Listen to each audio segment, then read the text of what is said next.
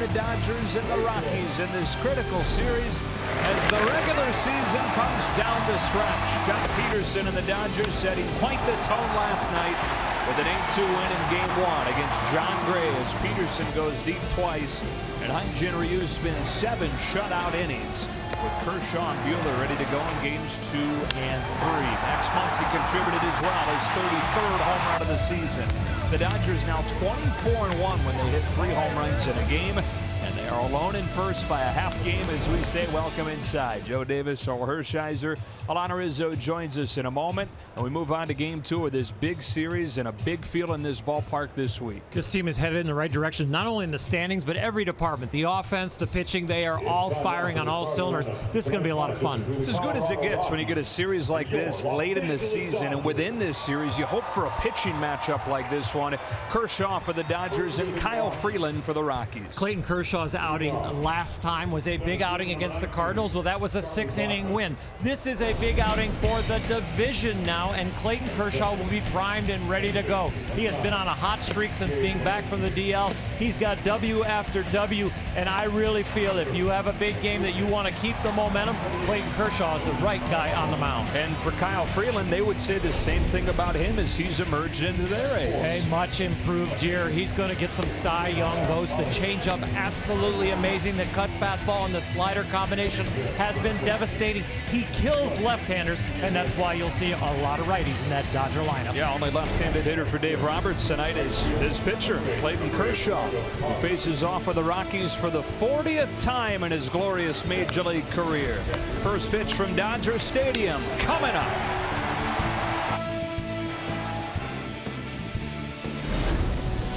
Dodgers baseball on Sportsnet LA is brought to you by El Pollo Loco.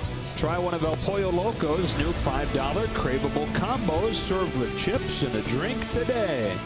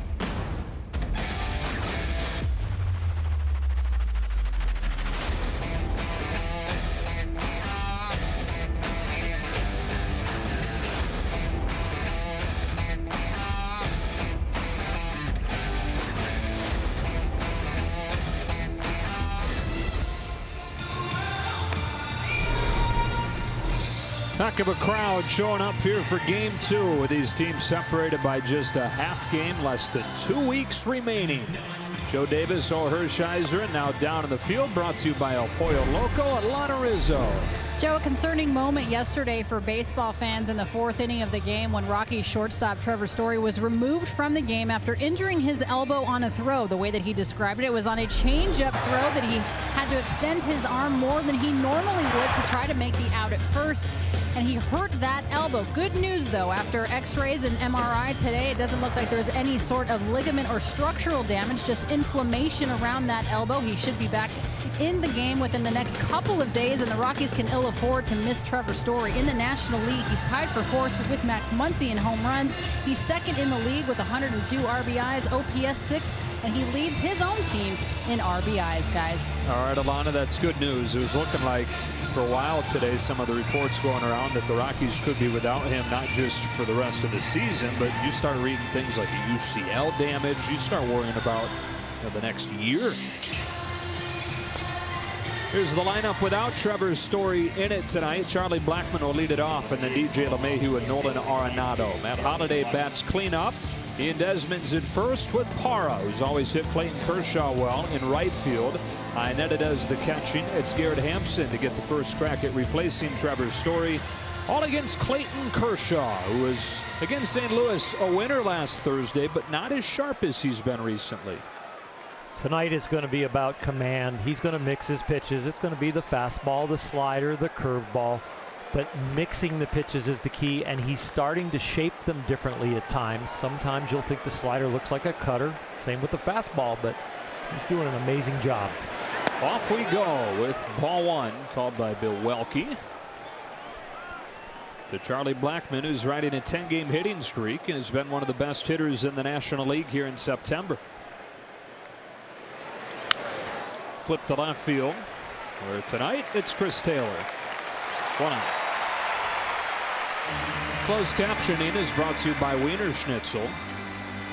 For the 40th time, Clayton Kershaw facing the Rockies, and he has been exceptional against Colorado in this ballpark. Of course, most notably his no-hitter, but in his career, a 1.72 ERA against the Rockies in LA.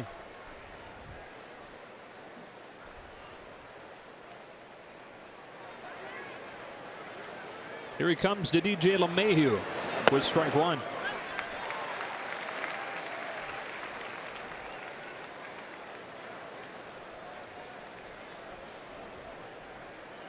Got 2 very good left-handed pitchers tonight, but 2 lineups that have been hitting left-handers well.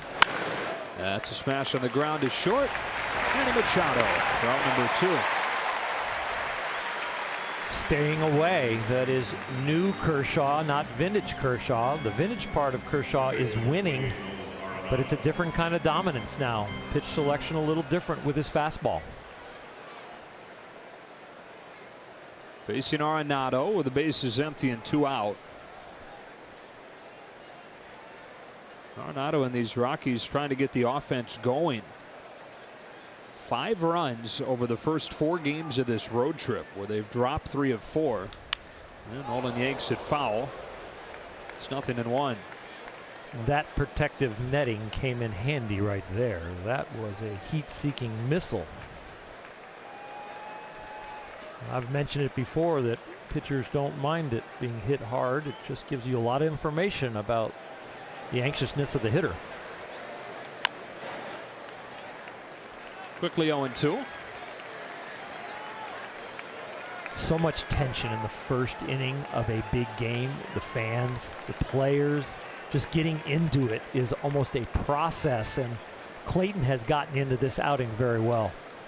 Just strike after strike, right where he wants the ball. Roxon deals 0-2, coming inside, missing low. 1 ball and 2 strikes. Dodgers taking the opener last night by a final of 8-2. Led 8-0 before John Gray and the Rockies could blink. Here on a 1-2. Soft bouncing ball to third.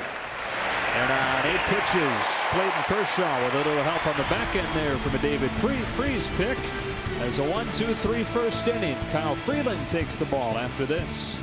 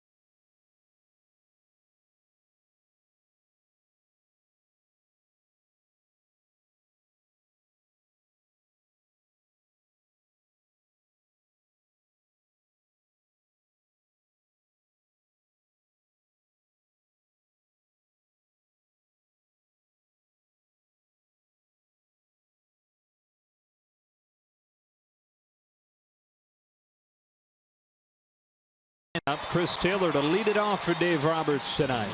Out of the 2 spot, Justin Turner, then Manny Machado. David Freese with the left-handed pitcher bats cleanup. Kemp on his bobblehead night and right hitting 5th. Then Dozier, then Hernandez and Barnes catching Clayton Kershaw. 25-year-old Kyle Freeland is in his 2nd major league season and has very quickly been a guy that they lean on and that they want pitching in games large like this. His last game against the Dodgers got a W, pitched very well. This is one of the top lefties in the game, and that has happened this year with a much improved changeup and a much improved slider and cutter. And boy, he will be a tough customer if he's on. Rockies all have won 13 of his last 14 starts. His first pitch of the night is lifted into short right field. DJ LeMahieu back, Paul on. Oh, awkward looking basket catch. Bringing up Justin Turner, and he's the subject of our Landover Performance Spotlight. You can pretty much find a reason to put the spotlight on him each night, one reason or another. And tonight it's his career numbers against Kyle Freeland. He's been absolutely amazing no matter who is throwing. The track record against Freeland is outstanding, and he is in a hot streak. So look at those numbers and think he can reproduce them tonight. Just incredible. I mean, as you see the calendar get deeper and deeper into the month of September, now into the back half, you're looking at a more than 2-month stretch where Turner's hitting close to 400. He takes ball 1. The bigger the moment, the calmer he gets in the box. It is a great mindset.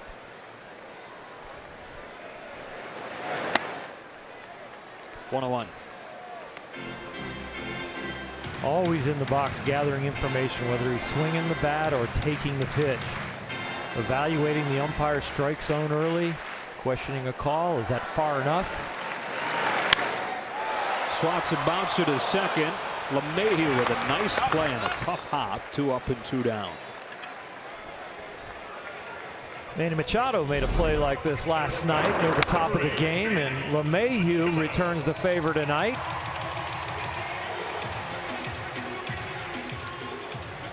Gonna look like a first baseman on a low throw. 2 gone first inning. Here's Machado. Speaking of, Manny 1 for 4 last night. Had a bloop single to bring home a run. But since his big night in the opener in St. Louis last week, he's 2 for his last 18. Hot hitters all around Manny. He's looking to get hot with them.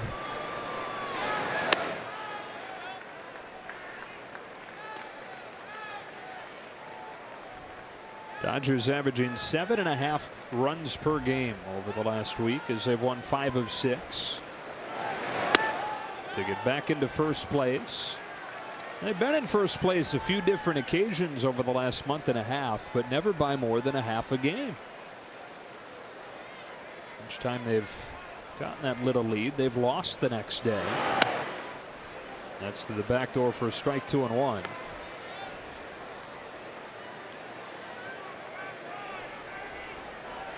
Dave Roberts was ready to manage last night aggressively, knowing what he had lined up over the next 2 games of the series. He's looking at it thinking, you know, if you can get a win out of night 1, you got a good chance at a sweep. And he didn't even really have to manage aggressively because the offense exploded and Ryu is exceptional.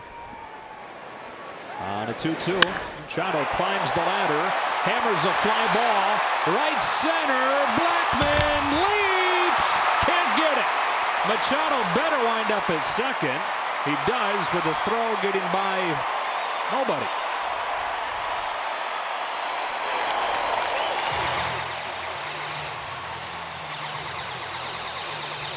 Manny crushes the ball, but in Baltimore, it's automatically out, and I think that's why you get the trot at Dodger Stadium in September with the 15-degree drop when the sun goes down. This ball isn't going anywhere close to the way it goes in batting practice. He just needed another foot. But with the temperature drop and the sun going down, he doesn't get the foot to 6 feet that you get in BP, so he barely gets to second. Winds up being a little bit lucky. Rockies didn't have anybody on the bag, and so there was no chance at a play. 2-out chance for David Freese. Here comes Freeland. Freese looks at ball 1. That embarrassment of not getting to second base probably will make him run everything out in Dodger Stadium for the rest of this year. Just the one little example of slightly getting almost really embarrassed. That's a big enough lesson of him understanding how the ball carries here at night now as it gets colder. Completely other end of the spectrum from Baltimore, as you mentioned. One of the great home run hitting parks in the sport. At this time of year, you can't assume anything, and you really need to be busting it out of the box. Ball on a strike. Freese pulls his hands in on ball 2. And regardless, this time of year in a series this big, I've never hit a ball that far. I never hit a big league home run. So if there's a guy that knows what it feels like, it's Manny. But this is just a different environment.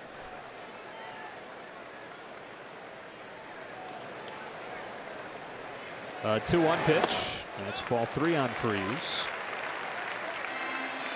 I will tell you this, Manny is inspired. His secondary lead with 2 out and himself on second in the first inning of a big game now. He's taking some exceptional leads and some exceptional secondary leads, so he's locked in now.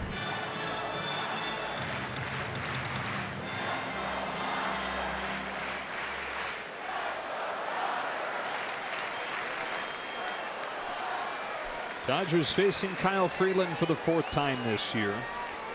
Faced him just a couple weeks ago. Held him to 1 run over 6 innings. And there's 3 starts. He's got a sub-3 ERA. It's not personal, though. He's done that to just about everybody here in his 2nd year in the bigs.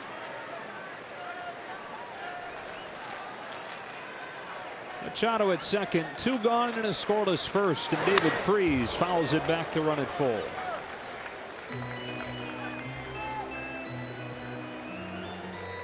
Talked about Justin Turner last night being one of the best 2-strike hitters in baseball, behind only Andrelton Simmons. David Freese is also in the top 5 hitting with 2 strikes. He has that big game presence in the box. He doesn't look like the moment changes his approach. And that means a 2-strike count probably doesn't change his approach. In the dirt, kicks away from Iannetta. Machado lines up at third, and they've got him cornered with 2 out.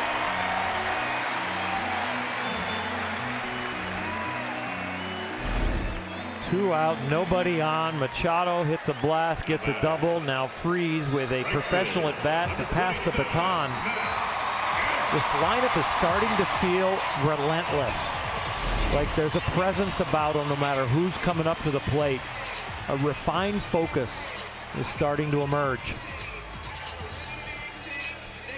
And Matt Kemp gets a great hand, as is expected, on his bobblehead night. Regardless of bobblehead giveaway or not, Matt gets some of the loudest ovations every night here. Fans so appreciative of what he's done for the Dodgers throughout his career. Back in his second stint now. He takes a backdoor slider for a strike.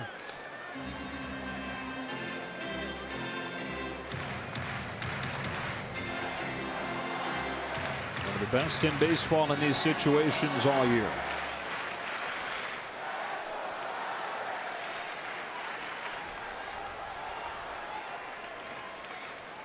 On an 0-1, Kemp swings, pokes it to right. Parra won't get there. The Dodgers waste no time. 1-0 first inning. Throw goes behind Kemp and they get him.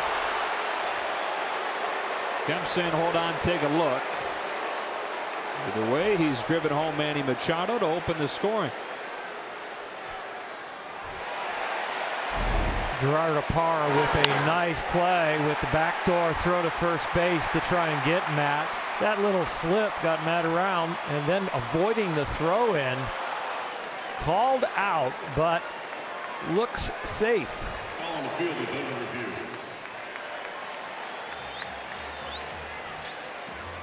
A throw from a fielder you don't have to avoid, not like a batted ball. So Matt really could have made sure he was safe by just letting it hit him. Right. And getting back. But your nature says get out of the way. Hey guys are jumping over throws all over the place in this inning. You had Machado hopping over one going into second. And you got Kemp jumping over one getting in. It looks like probably safely. And Tony Randazzo, Bill Welke, the home plate umpire, taking a look at the big screen here, and they're seeing this. It just looks like the glove maybe doesn't touch the blousing of the jersey as the spikes hit the bag a little earlier than that. Good word. Blousing. It's a big game. You got to reach. Gotta bring you got to your reach deep. thesaurus. Yeah. Oh, they stick with a call, and the inning is over. But the Dodgers get one against Freeland. Kershaw with the lead as this game goes to the second.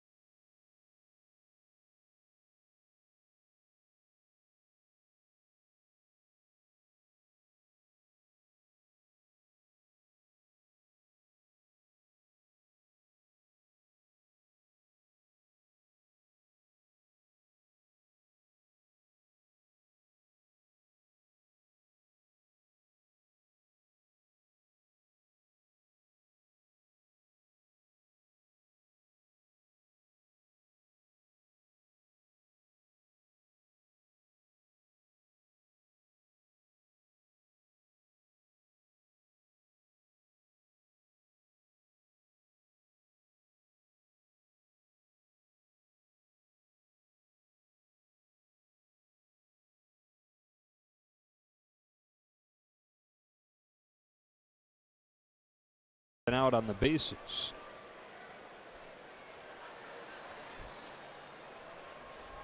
1-0 as Clayton Kershaw goes back to work. And Holiday climbs in.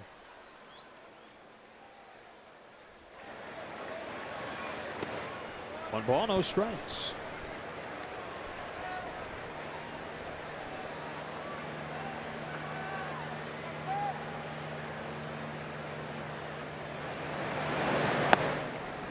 One and one.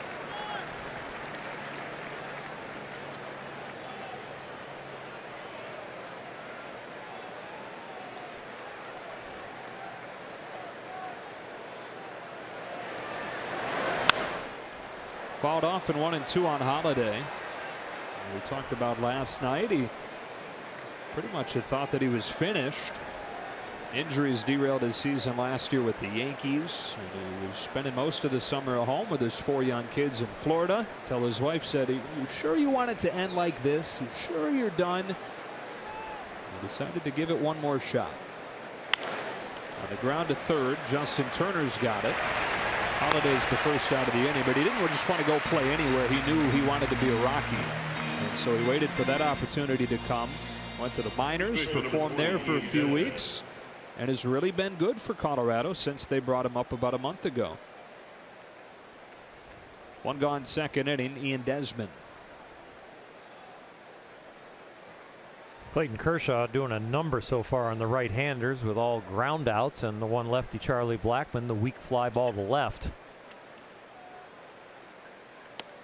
Strike one on a right-handed hitter in Desmond. And the first real back to the vintage fastball of Clayton Kershaw, where he's looking to go inside and waist high to a righty. He's been living down and away. Back in, 0-2. He has been better for the first time in his career against right-handed hitters this year, known as reverse splits. It's very interesting because with the left-handers, the slider is devastating, the fastball away that he's very good at locating over there, but they have seen him a little better this year. Sharp curve, first one he's thrown tonight, 2 up, 2 down in the second.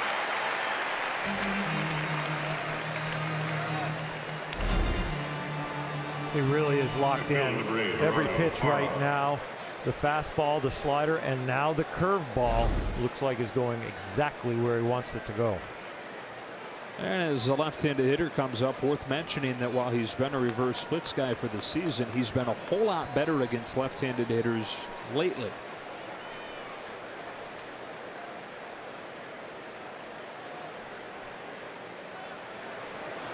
Here comes DePara. Shot to left center field. Taylor's on the move to cut it off. And another 1-2-3 inning for Kershaw, who's gone 6 up, 6 down on 15 pitches.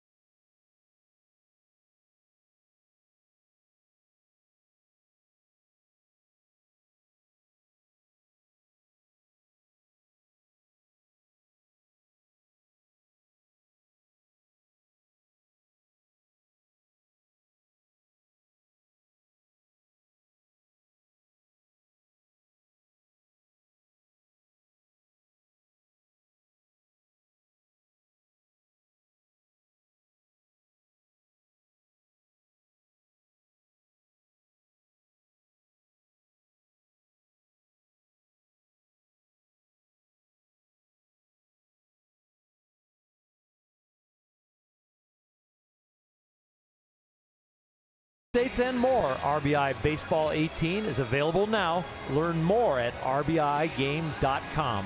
Rated E for everyone. Pretty sharp so far. Real sharp. As sharp as the spikes he's cleaning.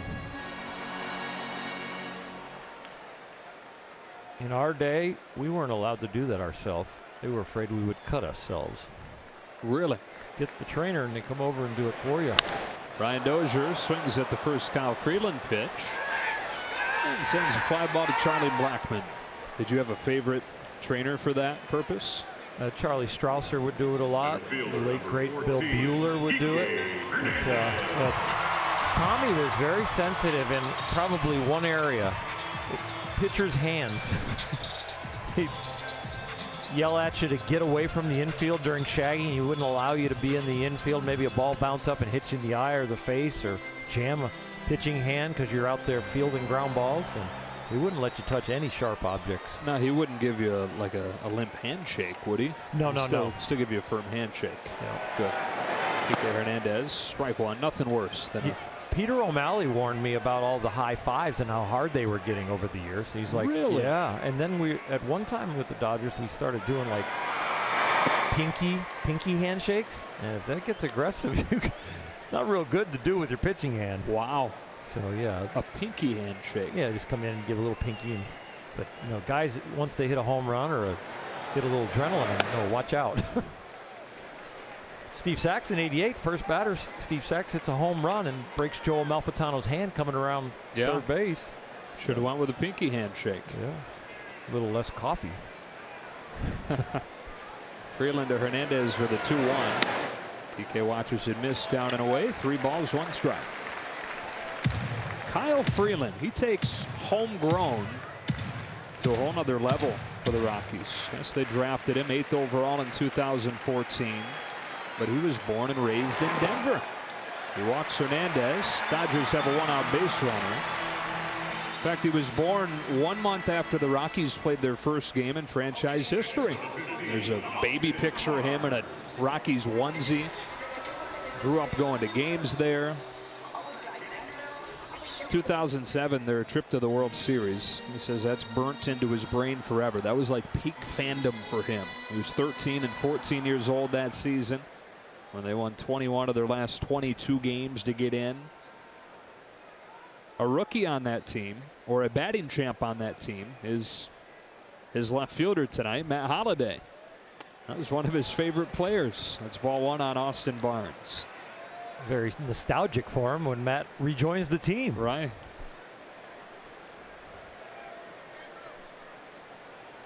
He's in just as good a shape as he was then. It's remarkable. Oh, yeah.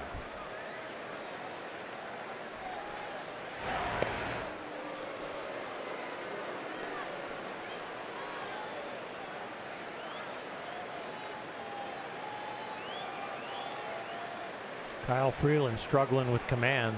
2 walks already. Hasn't walked more than 2 batters in a whole game of his starts in 5 starts. If he doesn't find the command with the hard stuff, it's going to be tough for him to set up the changeup, which has really improved this year. And it all works hand in hand, right? I mean, they talk about his changeup improving, but that's gone hand in hand with his willingness to use his fastball inside to set that changeup up. He deals a 1-1, and Barnes smacks it foul, strike 2.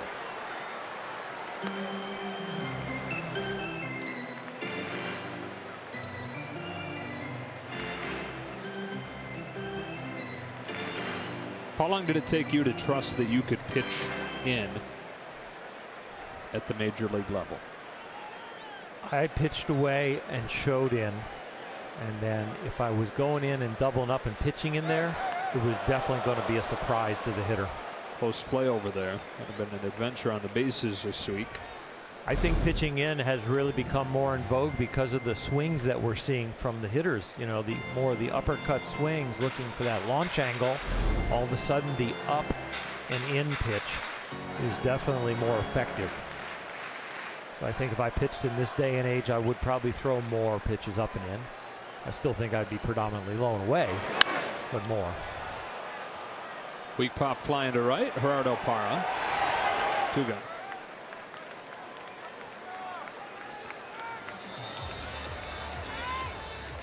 Some inherent fear, though, right? For a pitcher, there's a lot of damage if you don't do it right. Yeah, I think doubles and home runs are on the inside mistakes, and I think, doubles and singles are more on the outside mistakes. And I always felt that the outside corner was a little wider for umpires than the inside corner. Strike on Kershaw.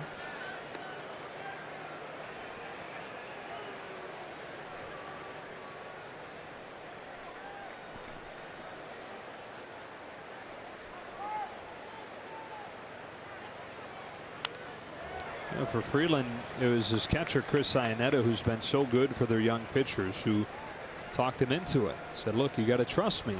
Let's give this a try, because I think this could set everything else up for you. And he was good as a rookie last year. He's .500. His ERA was around 4. Got some Rookie of the Year votes. Taking it to a new level this year, though. Kershaw punches one on the ground to short. Garrett Hampson with a running throw that pulls Desmond up the line, but he tags Kershaw, and that's that in the second. Oh my God, I can't see you.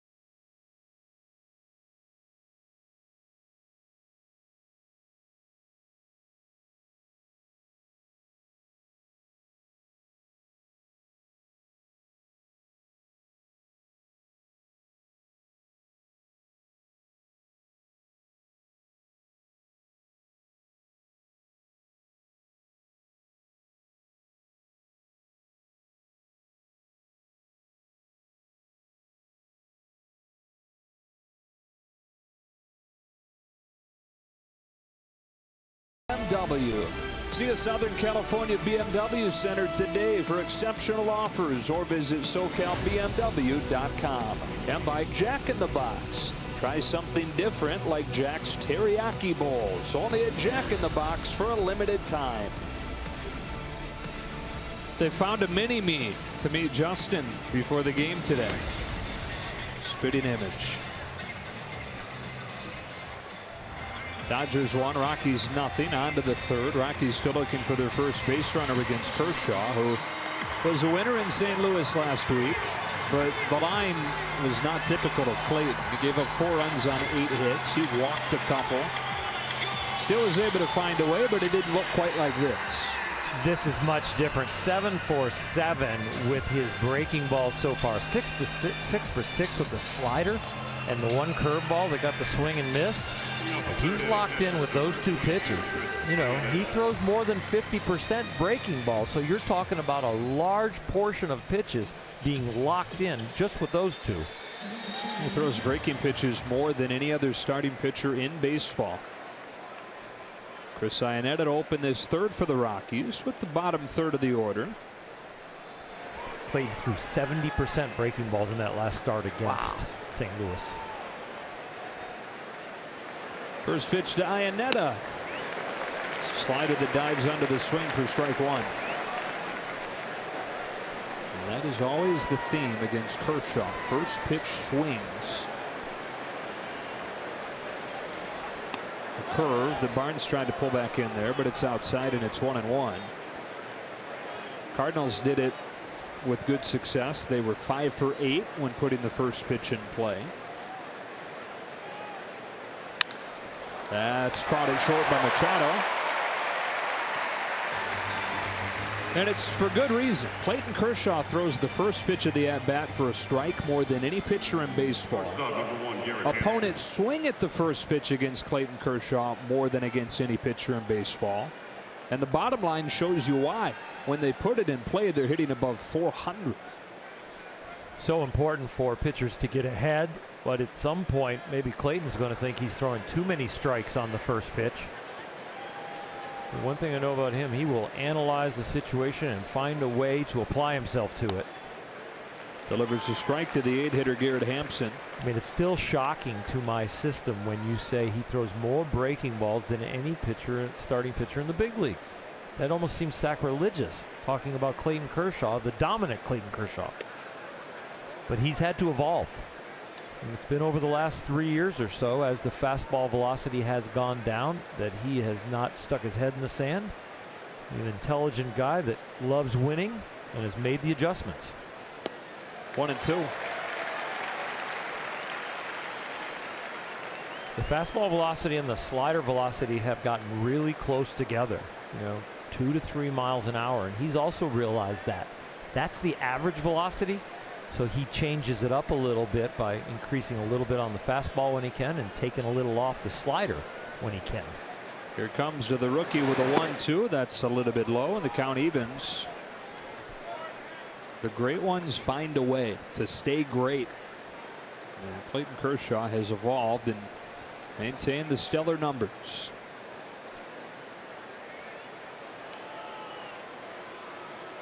His 2-2. He's fouled off. His ego is not about his stuff.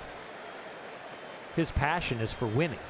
And so that keeps him humble in his evaluation of himself and not saying, this is who I am and this is who I'm going to stay. He's like, okay, this is who I am and this is how I'm going to apply myself to the situation to win the game.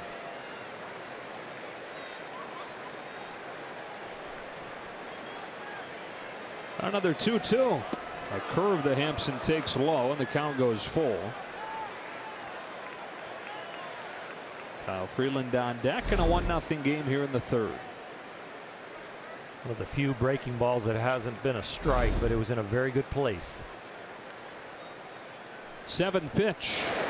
And the first base runner for the Rockies is a 1-out walk in the third for the rookie Hampson. Pitcher number 21, Kyle Freeland. Irritating, especially at this portion of the order and being on a roll.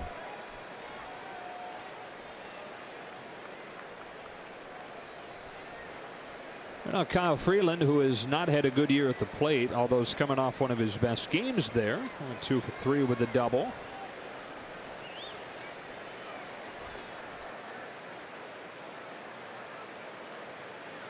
Squares around, bunts it in the air, backing out of play, strike one. Freeland in high school, he was as highly regarded as an outfielder as he was as a pitcher. Decided to go to Evansville, though, and focus on pitching. A very good athlete, baseball, basketball, all-state golfer. Hit above 600 when he was a high school senior. And it wasn't until he became sophomore, junior in college and really put on a show as a pitcher in the Cape Cod League, like you see so many guys do, and jump onto the radar. He became a big-time prospect for that. Stabs through it, 0-2. In high school, you said he hit 600? 630. He had the thin air. That's true. And then the pitching comes around when he gets away from the thin air, and all of a sudden they see maybe a little more life, ability to spin the ball and break it. Coors Field effect in every game that he played in high school. Pulls it back, takes the ball. Thomas Jefferson High School, just a few miles away from Coors Field. pitchers that are good golfers have a really good feel for making adjustments throughout their career as their stuff changes. You think about the 300-yard drive, but then the soft wedge over the bunker. Those guys have that kind of feel when they have a low handicap. 2 out.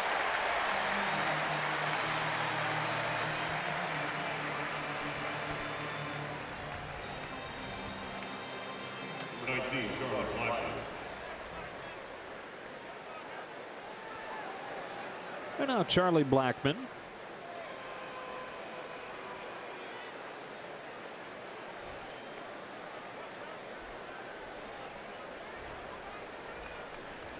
And that wonderful beard of his.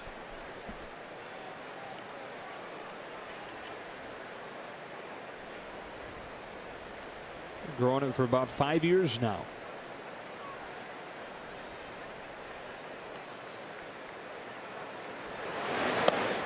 His inspiration for it was watching the 2013 Red Sox win the World Series. All those guys had the beards, and he liked the look. He was vacationing that winter in Australia and just decided, heck, I'm on vacation. I like how the beards look on the Red Sox. I'm not going to shave.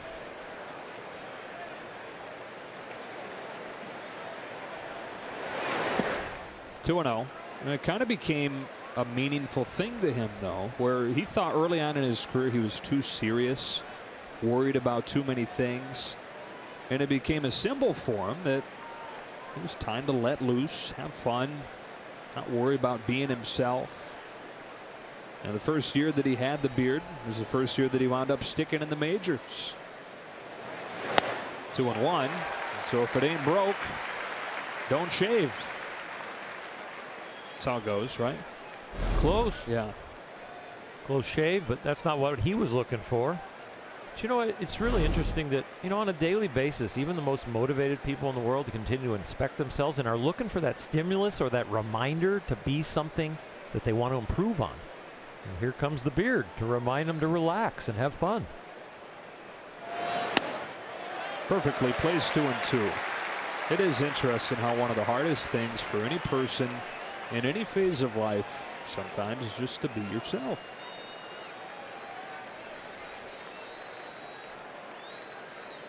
Isn't that interesting that, you know what? I need to be myself. I need to change. I don't want to be that fake guy anymore. Kershaw to Blackman with a 2-2. It's taken low. Hampson got a great jump, and Barnes couldn't get out of the glove cleanly and wouldn't have mattered with the jump he had. Hampson was going on first move. It's like Clayton moves and he goes. Sometimes when you slide stuff as a lefty, you have a little bit of a lean that the runner can read, and maybe Hampson decided the first twitch, I'm leaving.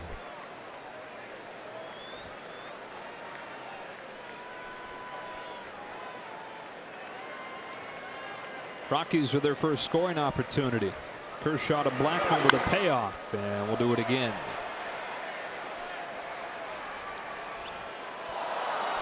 Blackman has to respect the curveball and the slider, so he has been late tonight on the fastball, even though it's at 90 miles an hour. But that's the relationship between the off-speed pitch and the fastball.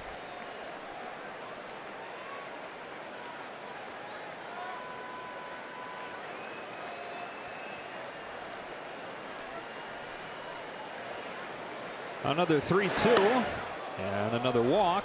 Second one of the inning, first and second with 2 out. Now Kershaw needed a total of 16 pitches to go 6 up, 6 down over the first 2 innings. He's thrown 21 here in the third. A little finer, but not hitting his spots. The first walk this inning was the first one.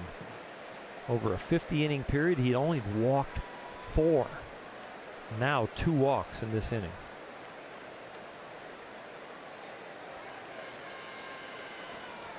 Two on, 2 out. DJ LeMahieu.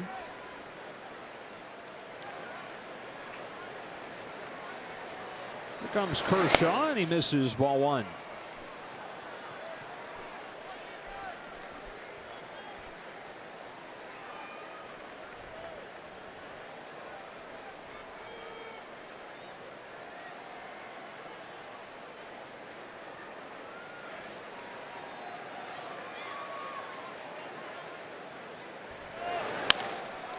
Chopper to third that gets by Justin Turner. And now gets by Chris Taylor. Rockies have tied it, second and third, 2 out.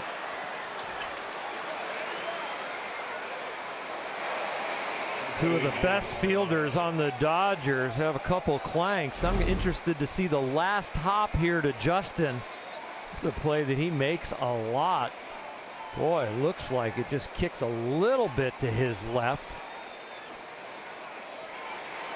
And Chris Taylor was trying to, I think, figure out, yeah, that ball kicked. It did not even barely even touch his glove. It must have kicked dead right. Chris Taylor was looking up just a little bit, peeking which base am I going to go to. He ended up missing it, so they move up another 90 feet. 2 errors on 1 play. So the Rockies still looking for their first hit against Kershaw, but they've tied it at 1 and got Nolan Arenado to the plate here in the third. On the first pitch, he takes strike 1. There's plenty of guys out there on the field right now kicking themselves. Clayton for setting the table with the walks. Justin Turner for not reading that last hop, even though it's probably a bad one. And then Chris Taylor letting him move up with his little glitch. Kershaw trying to make it not hurt too much. Just misses. 1 ball, 1 strike.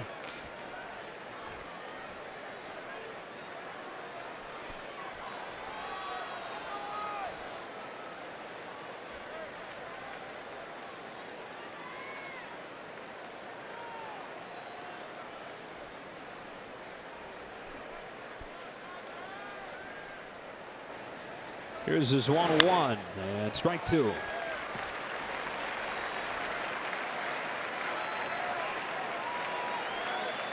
It's a big at bat for Arenado's psyche. He's been slumping, putting a lot of pressure on himself and is on his team. We're better than this. And here he is with a situation where he can pick him up against one of the best in the game.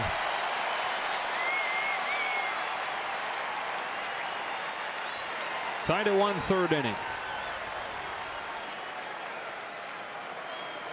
The 1-2. Chopper to third. Another chance for Turner. This one he's got cleanly, and that's the inning. Rockies tie it without the benefit of a hit to the bottom of the third, locked at 1.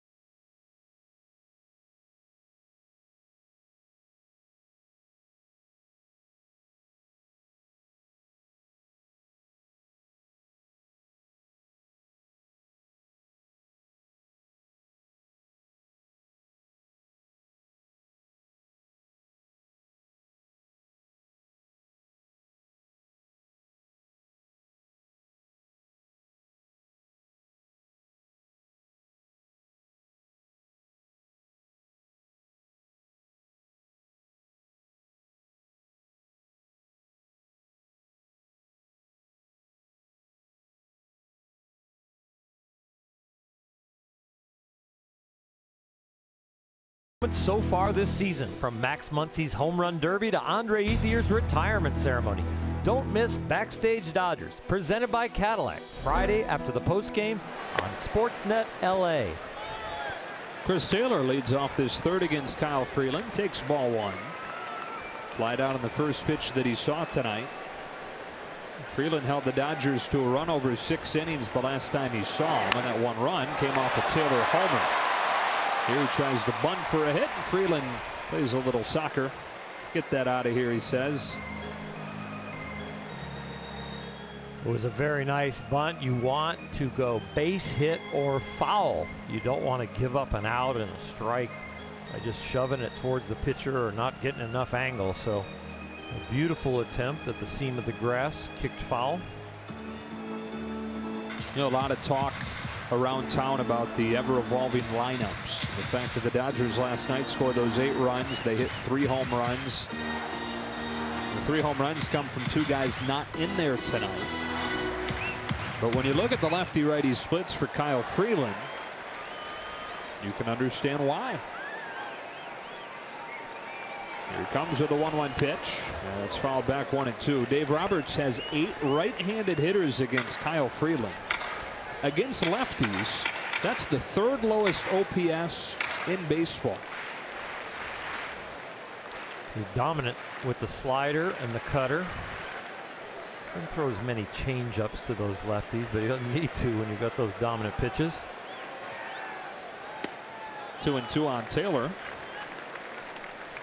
Of course, it is a balance, and Dave Roberts would tell you that, between looking at a number like that, and looking at recent track records, also playing the hot hand. It's not an easy thing to do when there are this many players in the lineup that warrant being in there close to every day. October rosters will be different than September rosters. We'll get back down to 25 if you're fortunate to play in that great month. And so there might be a little different lineup if you're moving forward. Full count.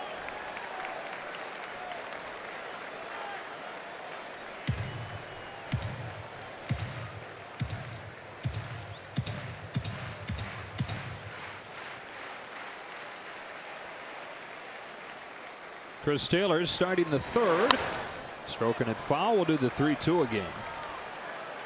Chris has been better lately. 360 in September after a rough middle part of the summer. But he feels like he's captured something mechanically.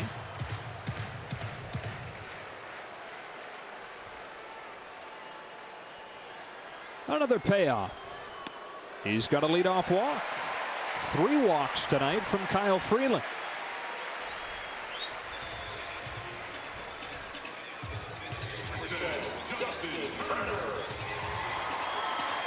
Both these pitchers showing what they can do and showing what they don't usually do, and that is walk people. Here's Turner. Yeah, if you were Vegas setting the line for total walks in this game between the 2 starting pitchers, I think we'd already have hit the over. 5 combined. That's inside, 1-0.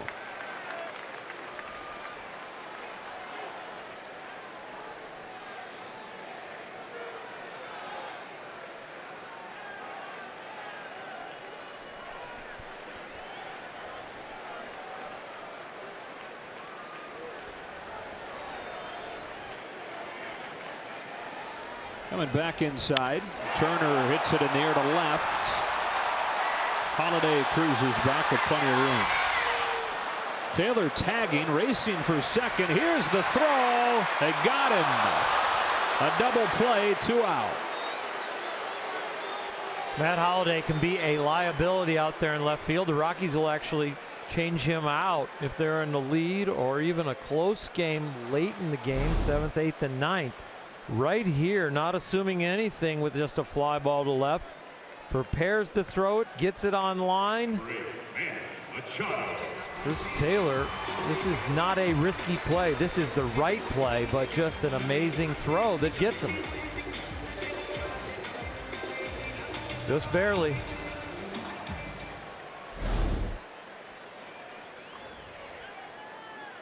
And so Machado hits with the bases clear.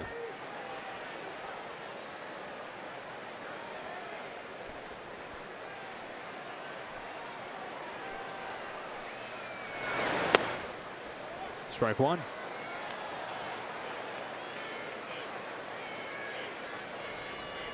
Doubled off the very top of the wall his first time. Came in to score the Dodgers run.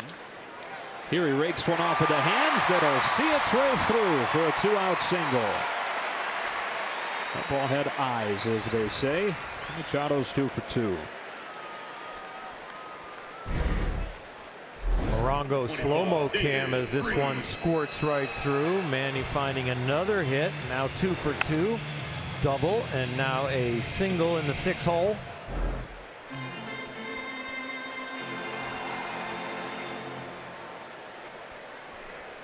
And Freese comes up. Hitting .389 since coming over to the Dodgers the final day of August. 2 out, nobody on. Double from Machado in the first. The Dodgers end up pushing him across. And now a 2-out single here in the third. What do they have in store for us now? A beach ball that looks like a watermelon. One of the larger ones I've ever seen here at Dodger Stadium. That's a September beach ball. We're getting playoff ready. From one side, it kind of looked like a green eye. Uh-oh. Oh, look away.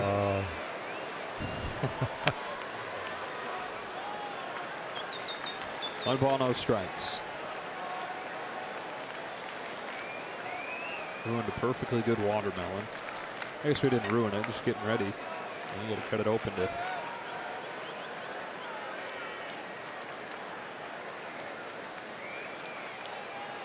On a 1-0 pitch, Freese watches ball 2.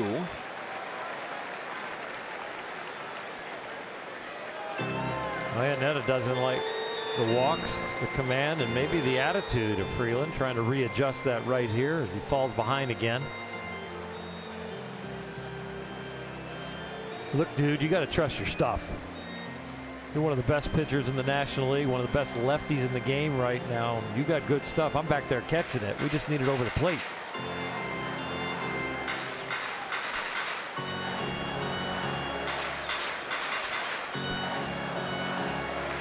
Facing a guy here that has taken him deep before.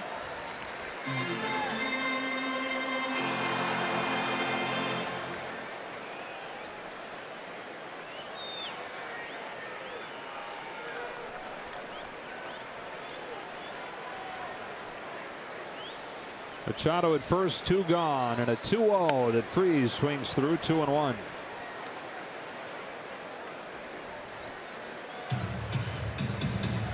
After a visit from a catcher and you've got a guy on the mound that has been walking people, a lot of times hitters, especially a veteran hitter like David Freese, will pretty much predetermine that if it's in the air I like it, I am swinging, because I got a motivated possible strike thrower out there.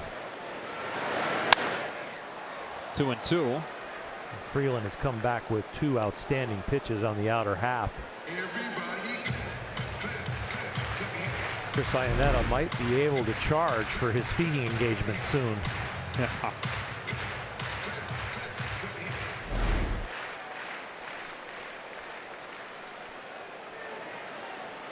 The guy that convinced him to pitch inside more often at the start of this season has convinced him to go away with a couple of fastballs to even the count at 2-2. Now he wants it back in. And Freese jams it off of the hands into right center field, where Gerardo Parra makes the catch. And the Dodgers finished in the third.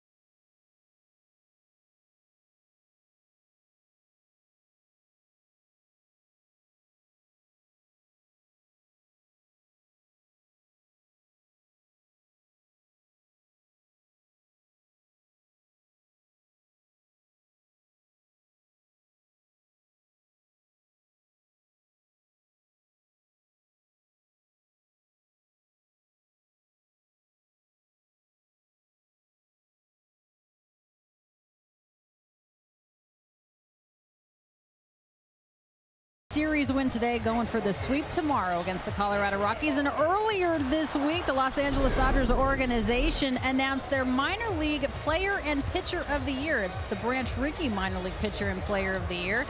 And in 26 combined starts this season, Single-A Rancho Cucamonga and Double-A Tulsa, Tony Gonsolin had a 10-2 record. He was the ninth round pick of the 2016 first-year player draft, and Gavin Lux was the first rounder of that same 2016 draft. Guys, both of these young men starting off the season in Single-A, being promoted to Double-A Tulsa, having both incredible years, and we're honored for it today. Well earned. For sure. It was good getting a chance to see those guys around, and all the Dodgers around the cage greeted him warmly. Matt Holliday starts his fourth inning for Colorado. Clayton Kershaw fires him a 1-0, and it's quickly 2 balls, no strikes.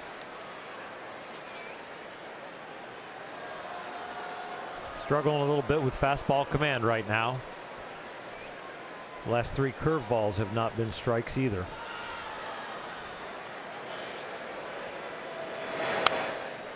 Now, first 2 innings, 8 pitches in each of those innings. The third, he had to throw 27 pitches, which is the most that he's thrown in more than a month in 1 inning. The slider right now is the foundational pitch. That is still the pitch that he's locating and can pitch with. He's got to find one other, the curveball or the fastball. On a 2-1, he goes to the fastball and gets strike 2.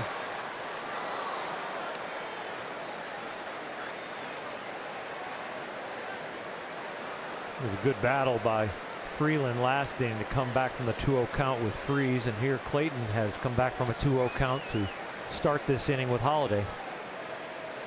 Both left-handers doing it against veteran right-handed hitters. Now a 2-2. And a soft bouncing ball up the middle. Dozier ranging behind the back, throws low, but it's dug out by Freese.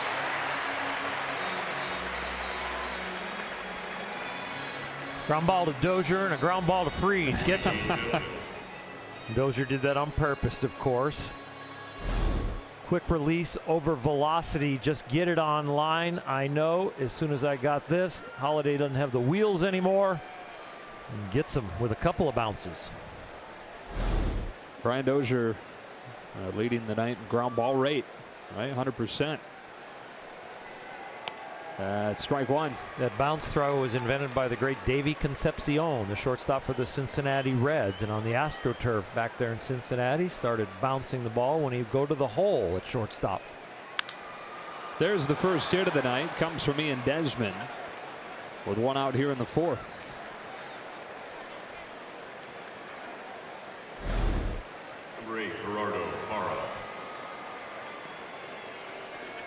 Desmond turning on that inside fastball. Just watching that base hit is the reason that Clayton Kershaw has started to go to more and different pitches and sequences, throwing more breaking balls than fastball. They're just not the velocity anymore that pitch can just live in there.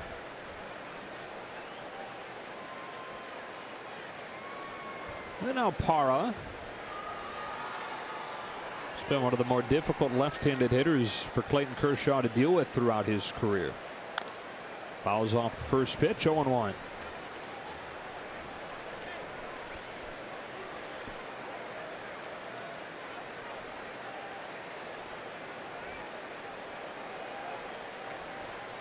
Parra could probably have a clinic on how to hit Clayton Kershaw for all the lefties around the league.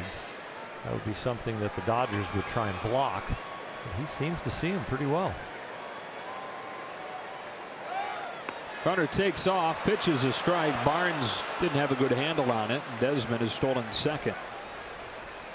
Kershaw had given up 1 steal on the season coming in. Rockies have 2 against him tonight. It's very interesting. They are deciding to almost go on his very first movement. They're not taking this losing first place by a half a game laying down. They're playing aggressive.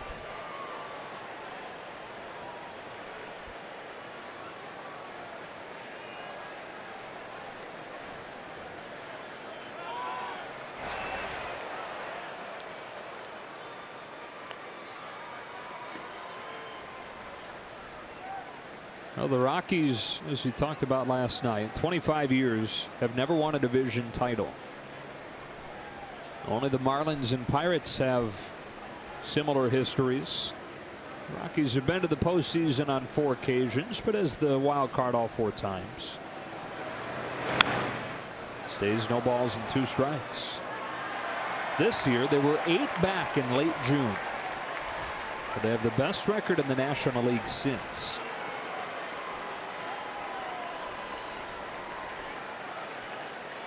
On the tails of the offense waking up, the young starting pitching continuing to do a pretty good job, and then the bullpen turning around.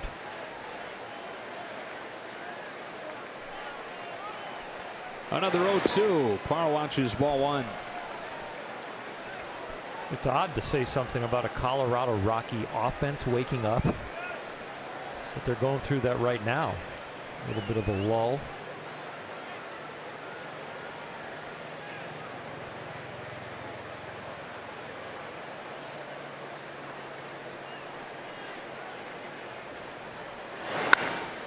Sharply hit, but right at Dozier. Parr is out number 2. Now that's why when the news initially came down that it looked like Trevor Story was going to be out for an extended period, even though the deficit was at just a half game, you wouldn't have blamed Rockies fans for thinking, oh no, we're in deep trouble now, because the offense doesn't look like it can afford to be without Story for much longer. He was the one that was making the offense go. Others were contributing here and there, but second half of the season, he turned into an MVP candidate. Arenado starts to slow down. Curve for ball 1 on Iannetta. These are the National League ranks. Starting to take over the leadership of the team as far as the offense and being the centerpiece. Not easy to do in this lineup.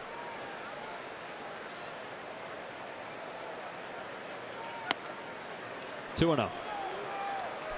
But again, if you happen to just be joining us and didn't hear Alana's report pregame, they hope that he's back in a few days. There is no ligament damage. That was the initial fear.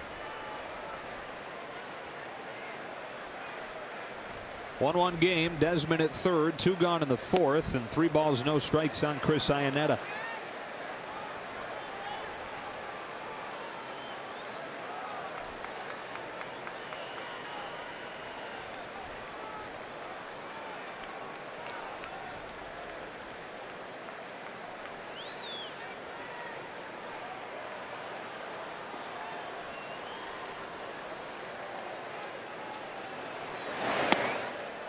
Three and 1. Now we saw the precarious ligament damage, and okay, I can play through it with Corey Seager. And it's a different usage from shortstop or a position player compared to a pitcher. A pitcher has to throw every pitch almost full blast. Fielders can kind of work around the pain. Full count. So, you know, there might be some damage in there. There might be some irritation that he's able to play through, and they're hoping for the rest of this year, and then maybe they have to address it like the Dodgers had to with Corey Seager when you get to a certain point where the pain's either too much or I'm going to have to deal with this sooner or later. Tied up in the 4th as Kershaw brings a payoff and walks Iannetta, his 3rd of the night.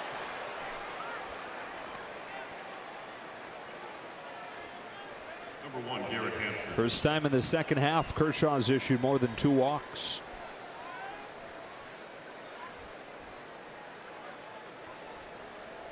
One of those walks came to Garrett Hampson, who came in to score the Rockies' run. It wouldn't work out specifically like this, but this is Trevor Story's at bat. He'd be in a different part of the lineup, but it just shows you the opportunity loss for the Rockies and the advantage that Kershaw has right now compared to a healthy Rocky lineup.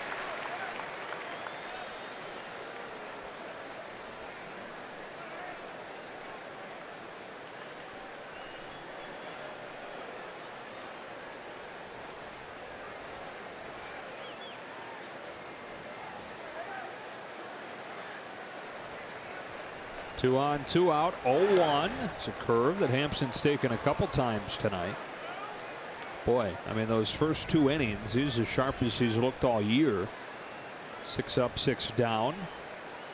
2 very difficult innings for him here, having a grind to get through it. Rockies getting 1 in the 3rd, and they've got him at the corners here in the 4th.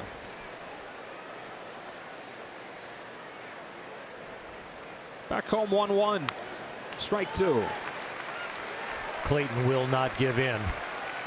Whether it's a battle, a struggle, or he's breezing, you're going to get the same intensity and the same passion.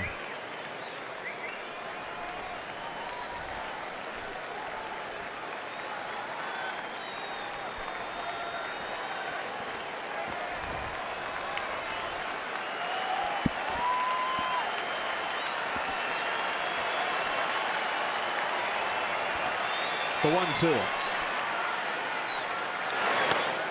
A little bit low.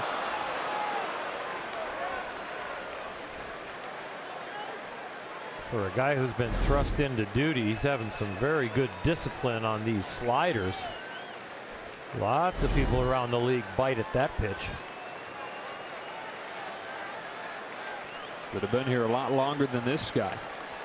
Only his 7th start in the major leagues. On a 2-2. Fouls it off. Will do it again.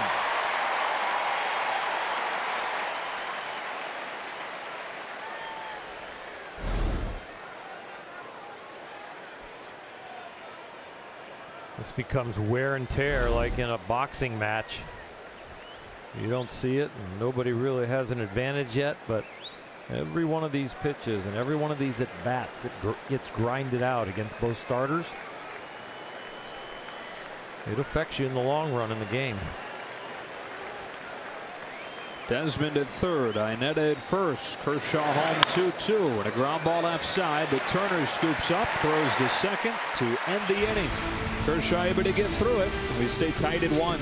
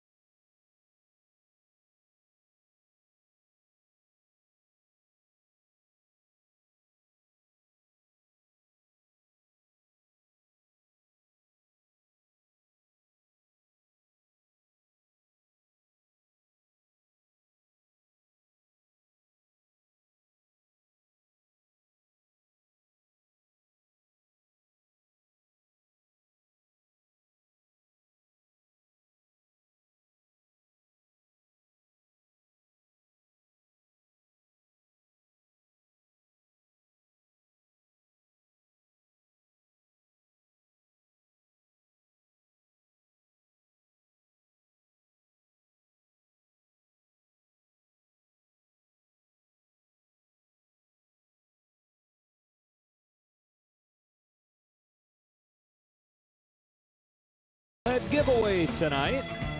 And his mom Judy was here throwing out the first pitch. Kemp is driven in the only run of the night for the Dodgers. Dodgers 1 for 1 with runners in scoring position because of that Matt Kemp single to right. Rockies are 0 for 4 with runners in scoring position, so it's been a battle for Clayton Kershaw, but only 1 run apart or across, and he's done a nice job when they've set the table. And it's Kemp to lead off this inning against Freeland.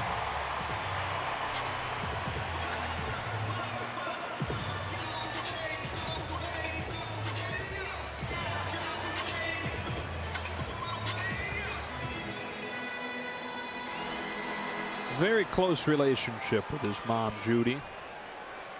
who from his first stint here at Dodger Stadium knows all the ushers and security folks around the ballpark. Inside, ball one on Kemp. Judy was a nurse. And along with Matt's grandmother, raised him in Oklahoma City. 6th round pick of the Dodgers out of high school. Dodgers discovered him at a high school game that they'd gone to see a different player. They didn't even know about Kemp at that point. And he said that because he was more of a basketball guy coming up, when he first started seeing scouts show up at his high school games, figured they were college scouts because it hadn't really dawned on him yet that he could go pro in baseball. So these are pro scouts and telling me I can sign for money right now. They started focusing on baseball over basketball, even though he was very good at hoops too.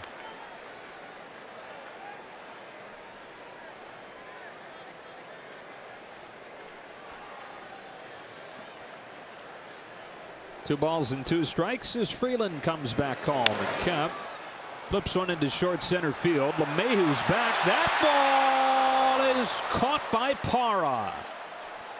Out of the middle of nowhere to get out number 1 of the 4th. Number 6, Brian Dozier. On a Carl's cam, boy, he makes a wonderful play. He came a long way. He looked like the last one that was going to have an opportunity for this. Kyle Freeland appreciates it. There were only 2 people that looked like they could catch that. The second base umpire, Mark Carlson, or Parra. Carlson doesn't have a glove. I was going to say, he forgot the essential part of equipment for that. He was right there to make sure it was a catch. A strike on Dozier.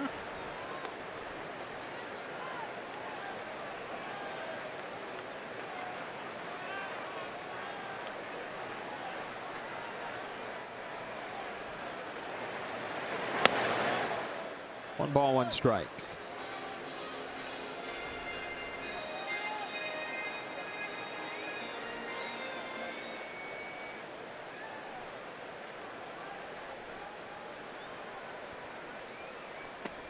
So he dropped the arm angle down there. Missed. 2-1. Did you catch Dieter Rule on that one? No. We said that only one guy had a shot at catching that, and he started playing "One Is the Loneliest Number." I don't know that song. Oh. 2-2. 2 can be as bad as 1. Yeah. But the loneliest number is the number 1. I'm learning. 3 Dog Night. They're no Brian McKnight. Now you're punching back. It's another number song. Okay. A little Lou Bega up in here. Tried to backdoor him, but it just missed, and Dozier's worked the count full. I will never go toe-to-toe with you with music trivia. Well, apparently I shouldn't try to go toe-to-toe with you either. Playing different arenas on that. Exactly. Freeland's payoff. Dozier swings and fouls it back. We'll do it again.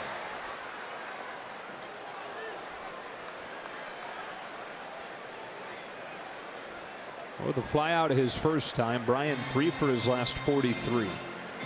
And he's been open about the fact that that knee injury was more significant than he was letting on. Started feeling it early on this season in Minnesota. And it wasn't that the knee was hurting him badly as much as it was that he overcompensated for the little bit of pain that he had. And it bled into the swing mechanics. Got him all out of whack. He strikes out, 2 away in the 4th. Become part of the Dodger family in 2019. Purchase season tickets to enjoy exclusive experiences throughout the season and guarantee your seats for great promotional nights and exciting matchups, including the Cubs and the Yankees. Receive 2018 postseason rights with the purchase of your 2019 season tickets. Visit Dodgers.com/season tickets. Great seat for him. Hernandez with 2 gone watches a first pitch slider miss up. Kike has one of the 3 Dodger walks tonight. Dave Roberts continuing to really like Kike Hernandez in the box right now.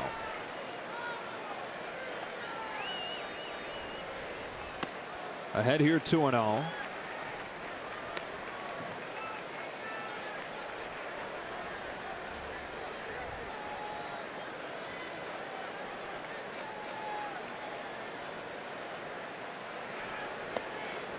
Off the inside corner, 2-1.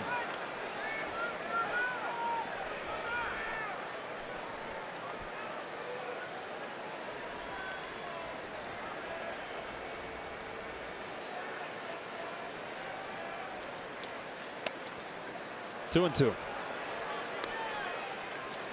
You can talk about it's been a battle, but for both these starting pitchers right now, they could care less about their pitch count. They are trying to get to the 6th or 7th inning with their team with a chance to win.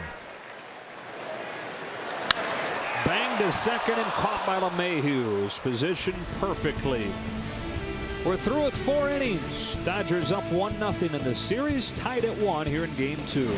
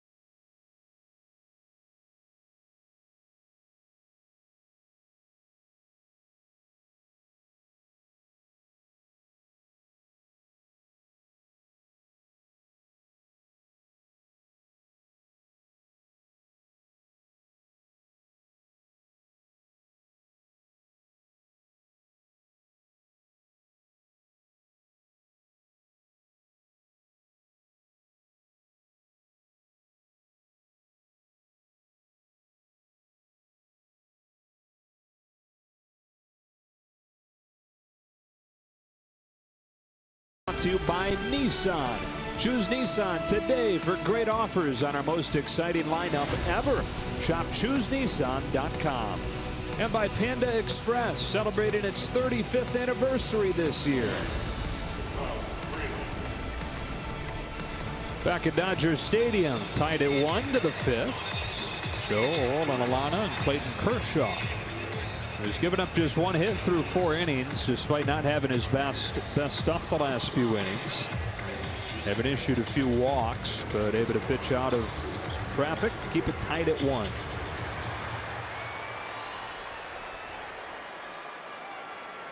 9-1-2 for the Rockies. Kyle Freeland.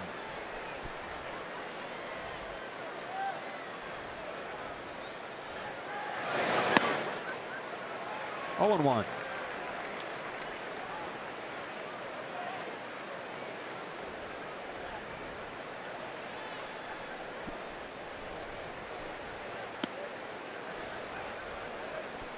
One-on-one.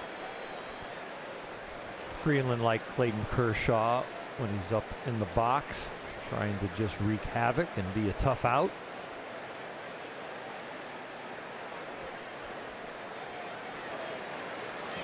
They say that personality-wise, he's exactly the kind of guy the Rockies want in this situation. First of all, going head-to-head with Clayton Kershaw, but even bigger than that, one of the biggest games of the year considering where they stand in the standings. He takes strike 3 as the first out of the 5th, but the kind of personality that wasn't going to be intimidated by this stage tonight. It's one thing to have a regular season game against another ace. It's another thing when the ace mantle has just kind of been passed to you, and that's where we are with the Rockies. And now in September, a half a game separating these two teams, that's a little bit more pressure. Here's the All-Star Blackman.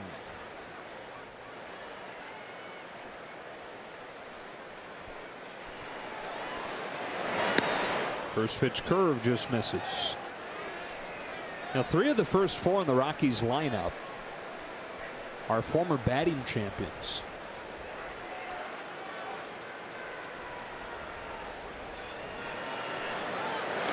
Blackmon hits a towering drive to right center field to break this tie. Halfway up the pavilion, number 27 of the season, and the Rockies lead 2-1.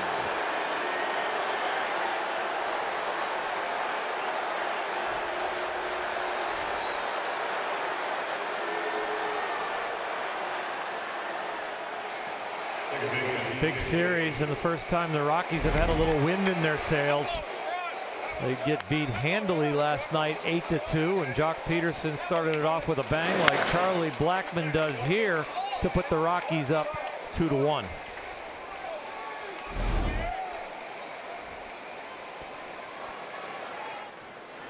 Giving Colorado its first lead of this series. Ball one on DJ LeMahieu. A rare home run throughout his career against left-handed hitters. Didn't give up a single one in 2016. It's a 6th that he's allowed this year.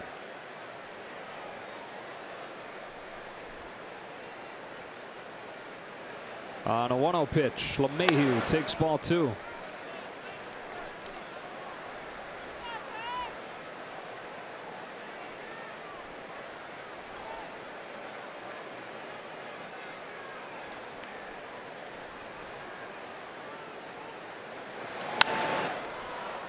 Down the line towards the pole.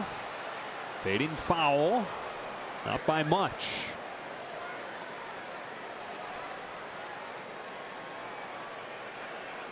Some of the Dodger players on the field don't have a good angle on that foul ball. And so you watch the hitter. If the hitter's running really hard or he's trying to lean to get it to stay fair, you start to worry.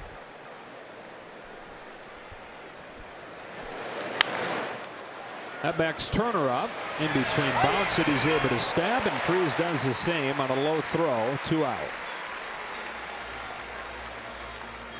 Freese has saved about 10 or 12 of those since becoming a Dodger. He's only missed one, and he really started to spoil us that we just expect him to catch anything over there at first, especially the ball down. Soft hands.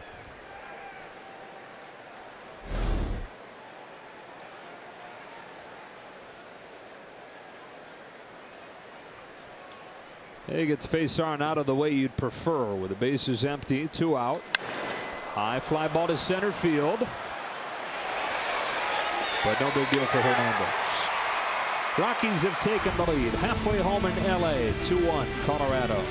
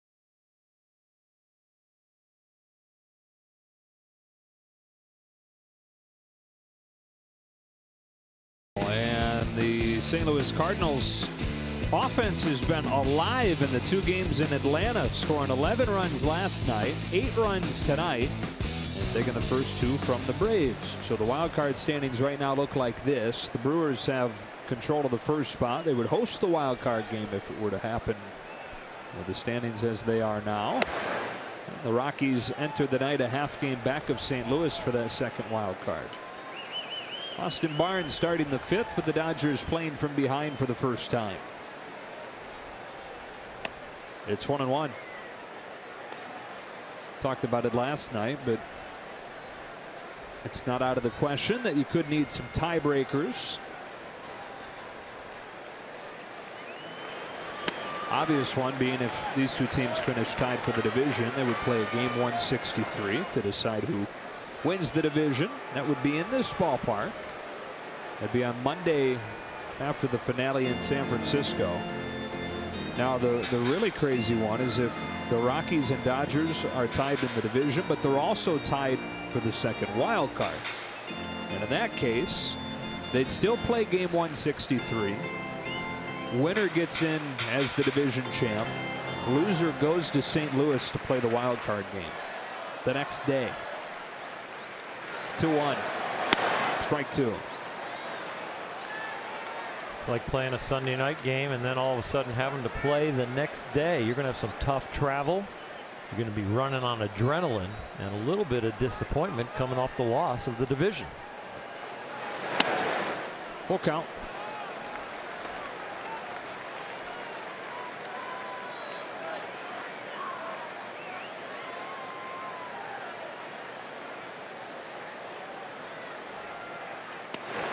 Barnes has a leadoff walk. The Dodgers have coaxed 4 of them out of Kyle Freeland. Number 22, Clayton Kershaw. Pitchers have been a little bit more anxious with their command compared to the hitters chasing it.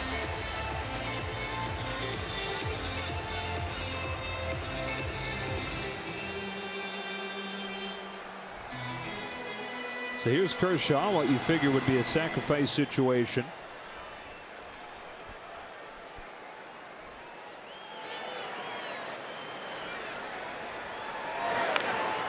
Lays it down. Iannetta juggles it. He was going for second. Probably would have had it out there. But like a bar of soap, pops out of his hand. And the tying run moves into scoring position. It's a double play ball. Iannetta right out in front. A strong, quick throw to second base, and they're going to have a chance to double up Clayton Kershaw. You can see when Chris Iannetta picks this up, Kershaw hadn't even left the box. But the bobble.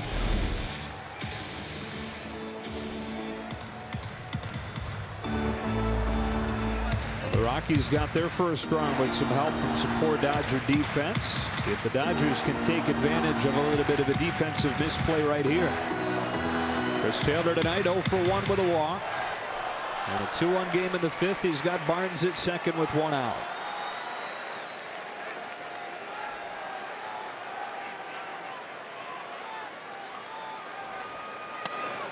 Inside corner, strike 1.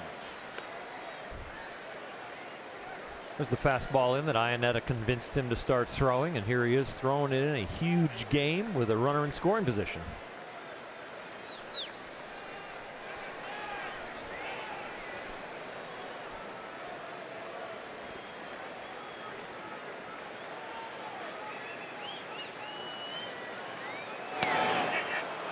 Couldn't lay off. 0-2.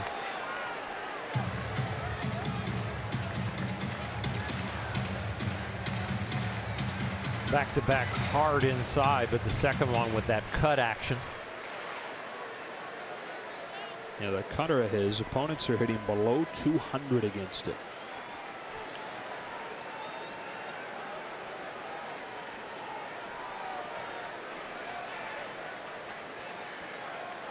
On an 0-2, Taylor swings, bounces it gently left side. Won't be an easy play, even though Arenado doesn't have a play. He flips it wildly down the line, and the Dodgers have tied the game.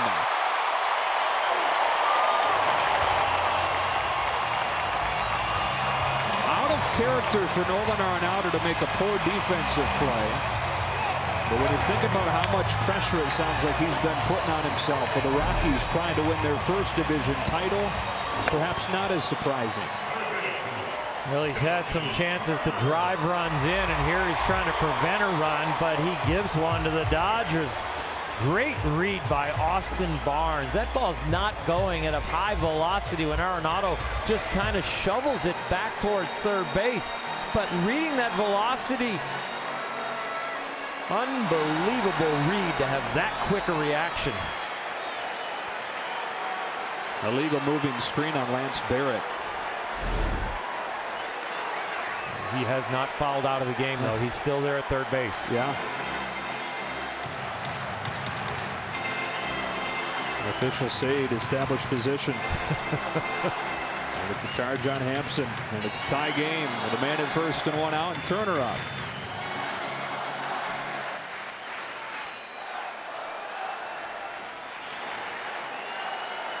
I figured this one had a chance to be good. Hasn't quite had the same personality, I think, that we had expected. As Turner looks at a strike, hasn't been dominant from the two pitchers who, when you look at the track records coming in, you thought it could be. But it is starting to have that sparkle about it as a special game in the heat of a race. A lot to analyze so far, and we're not even halfway.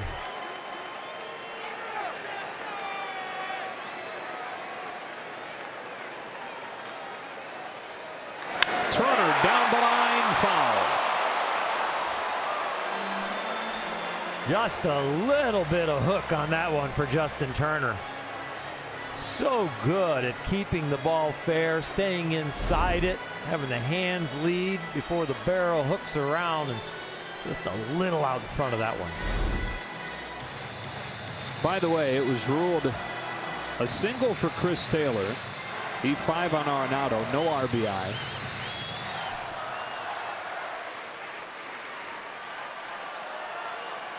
Not been the prettiest of games. Sure has been tense, though. 1 ball, 2 strikes.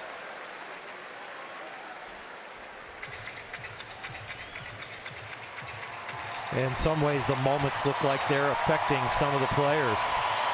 The two pitchers trying to be very fine, maybe can't find their rhythm in the situation we're in right now. The hitters look like the most disciplined we have. Turner with a line drive base hit to center field.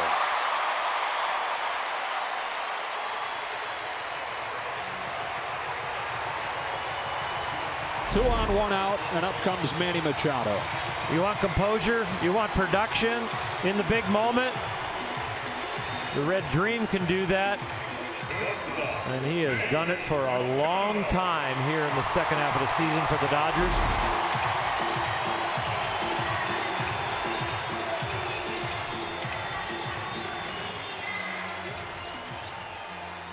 Machado tonight 2 for 2. He's 2 for his previous 18 coming in.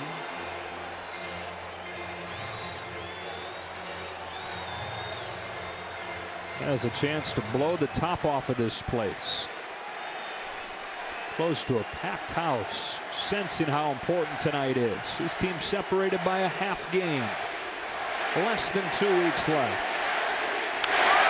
Pop fly to right center field and an easy play for Paul.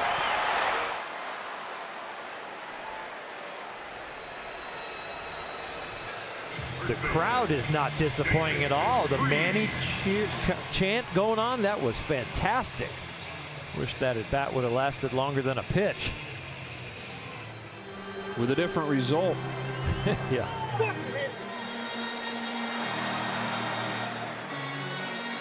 So it's up to Freeze. Walked in the first inning, flied out in the third.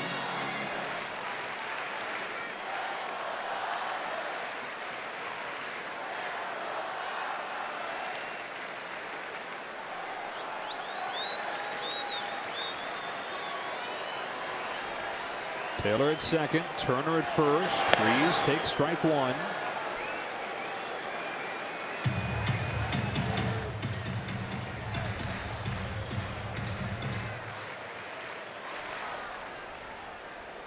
After tonight, 10 games remain.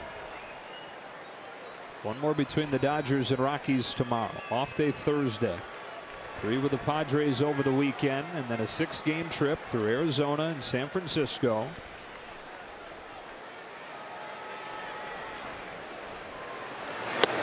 That's a little bit in, and the count evens.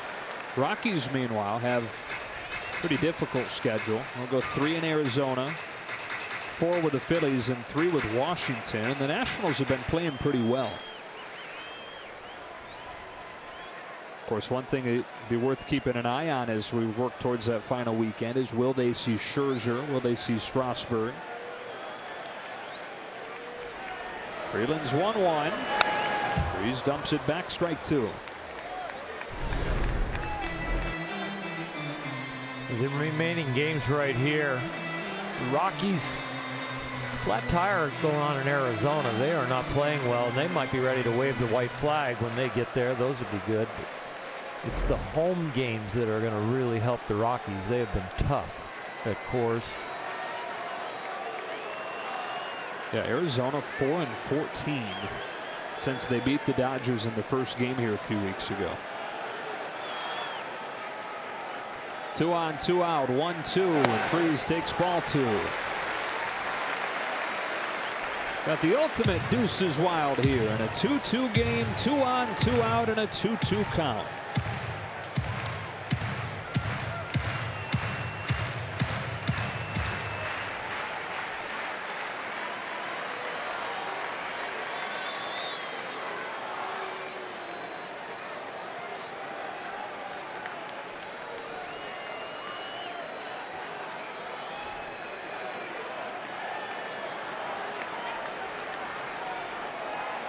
Freeland's ready. Freese is ready. Got him swinging. But the Dodgers tie it half inning after the Rockies take their first lead.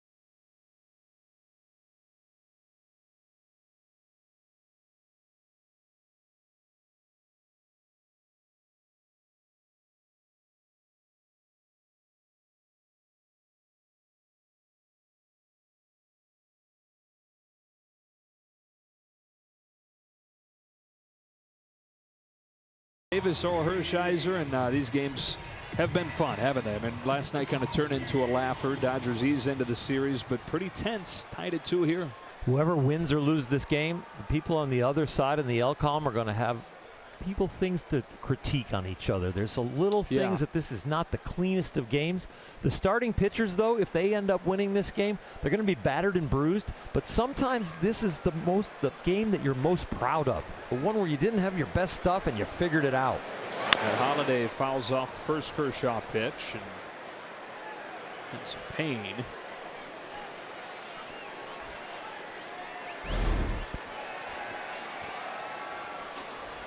Right off his toe. Yeah. Right off those size 14 shoes.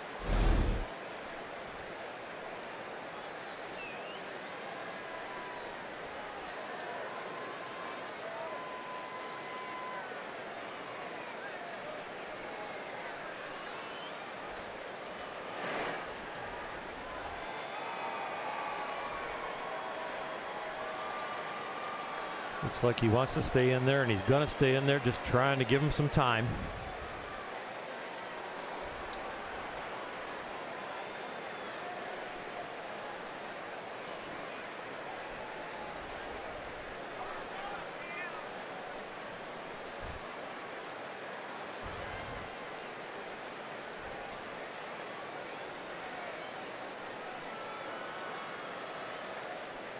'80th pitch of the night for Kershaw is an 0-1, and Holiday leaves up. 1 ball, 1 strike. That's interesting. One of the biggest games of the year. It's tied at 2. It's tense late, but it's been kind of a slop fest. Smacked to second and caught by Dozier. The pitchers have combined for 7 walks. Defenses have combined for 3 errors. Been scoring opportunities that have been missed. Every game has its own personality.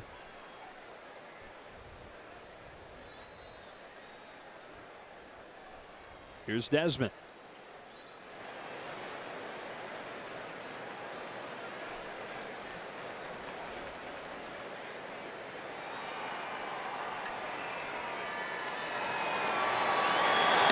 Started him with a curve. That lands for strike 1. Needs that curveball to finish out this outing. It has not been striking as much as he would like tonight.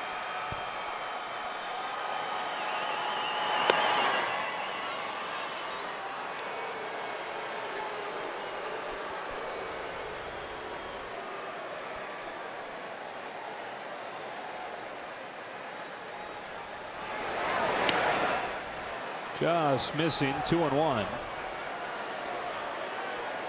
Last outing against the Cardinals, a big game. They were looking at the wild card at that time. Now a big game against the Rockies, looking to stay in first place.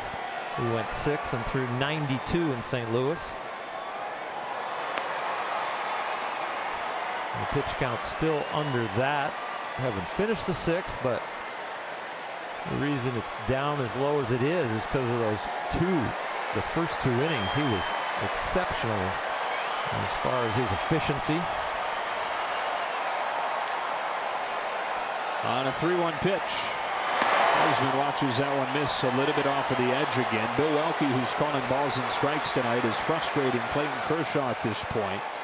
But that's nothing new for Bill, who has one of the tightest zones in baseball typically.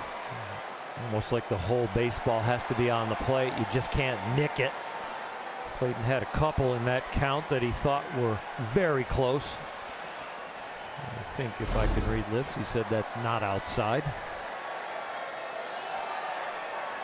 An interesting thing in this series, last night it was Lance Barrett behind home plate. Lance is the 3rd most pitcher-friendly umpire in baseball. Bill Welke is the 3rd most hitter-friendly umpire in baseball. Gerardo Parra cracks his bat, and a teardrop of a pop-up to left. Manny Machado for out number 2. The first ever digital bobblehead night at Dodger Stadium is on Friday. The first 40,000 fans in attendance will receive a digital bobblehead crypto token for your Ethereum wallet. For more information and to purchase tickets, visit Dodgers.com/digital bobblehead. Ethereum, because I invested in a little cryptocurrency about a year ago. I don't know what it's worth. I haven't checked it in a while, but I put a little money in it. Wait till you put the bobbleheads in it. It'll go right up. My whole account will fly. They've got Desmond to end the inning. To the bottom of the 6th we go. Tied at 2.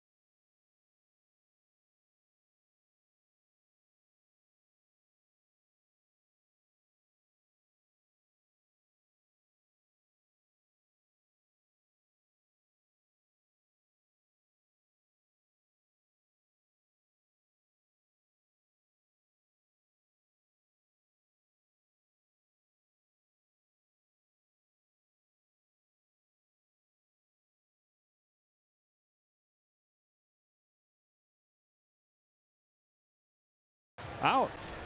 Let's go to the bottom of the 6th again. It's an echo in here.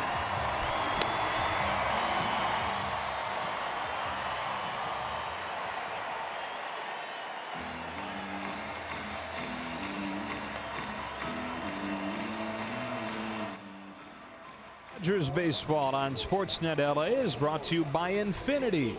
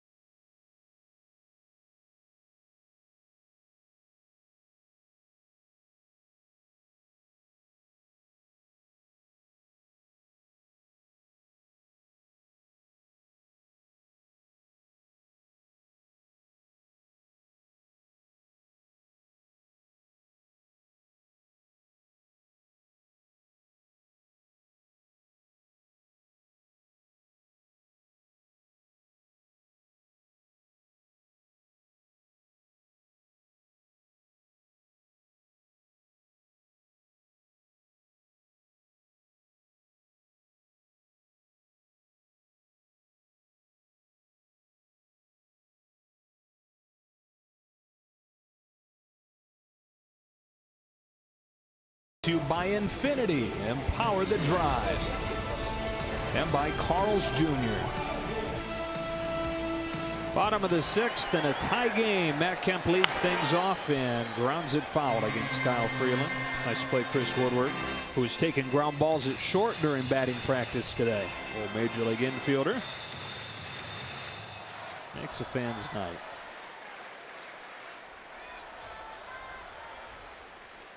Ball on a strike on Kemp.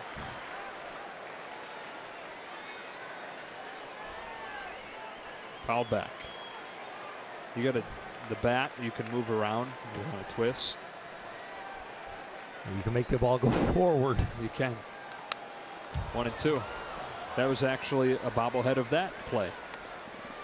Fouled back. Right.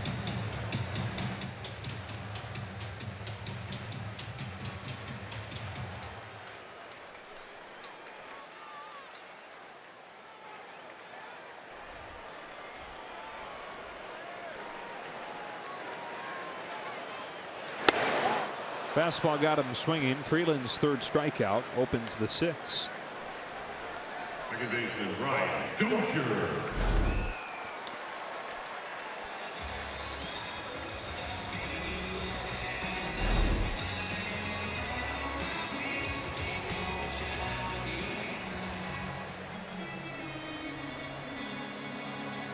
Dozier flied to center. First pitch that he saw and then struck out. After working the count full against Freeland. Backdoors him for the 1st strike.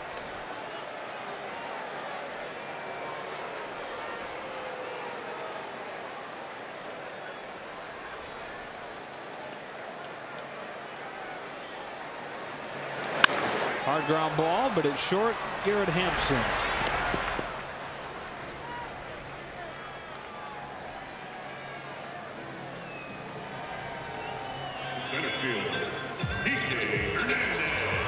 Two gone, 6th inning. Up comes Kike Hernandez, who's got a walk and a line out.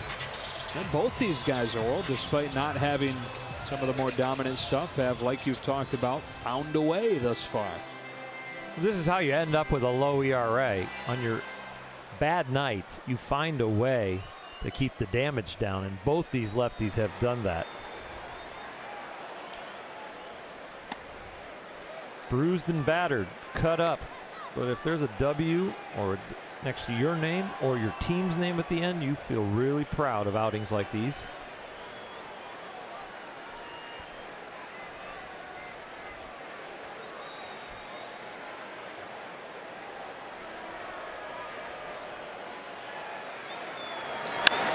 Hernandez carves out a fly ball the other way that sends Parr back, but with room.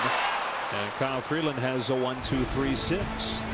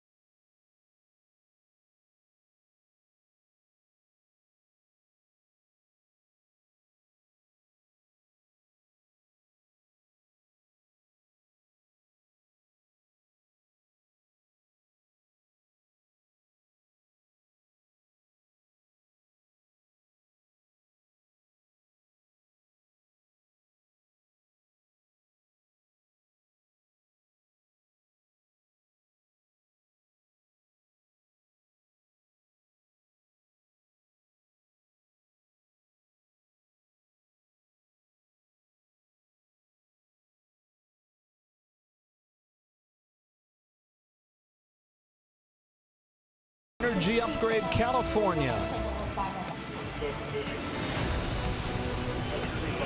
Now Clayton Kershaw in the 3rd and 4th innings threw 51 pitches. Over the last 2 innings, he settled back in just 20 pitches. 87 pitches, 54 strikes. That ratio is a little low for Clayton. Represents the struggle he's had with his fastball command.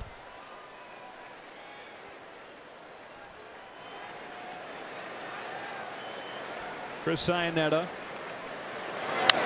hits the first pitch that he sees into right center field. Matt Kemp with a call. 1 pitch, 1 out.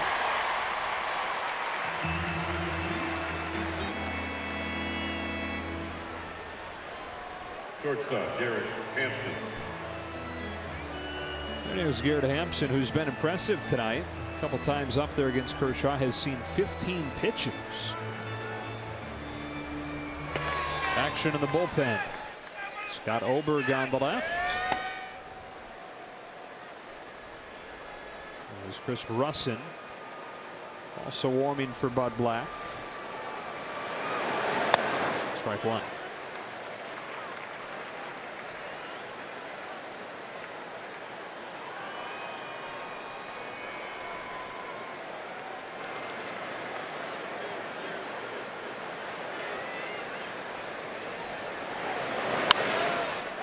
Short right field. Kemp lost that one in the lights. Not sure he would have had a shot even if he had seen it. Hampson with a dunk shot single.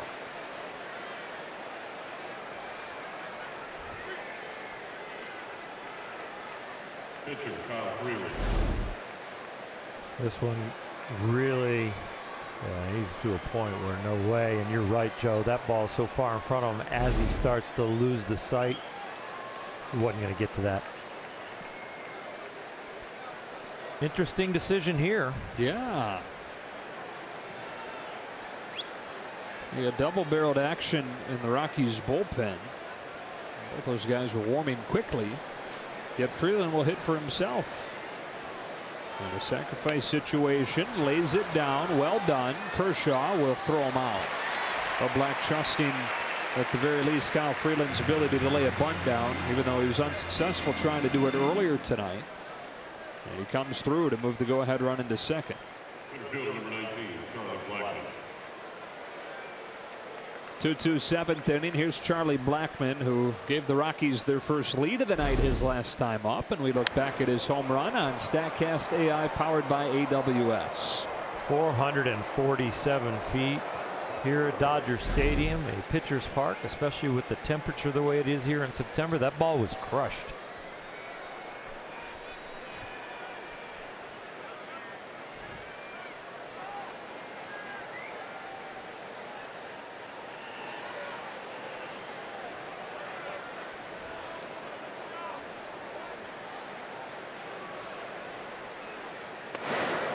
Curve slips out of Kershaw's hand. Ball 1 on Charlie Blackman in a tie game in the 7th. Dodgers winners of 5 of their last 6. Rockies, meanwhile, after winning 5 in a row to open September, 5-6 in their last 11. Dylan Floro begins his process.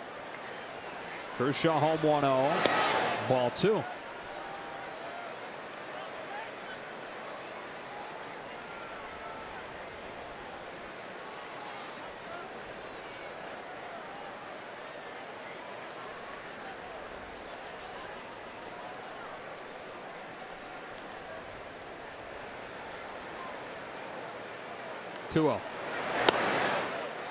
Boy, it sure has been tight.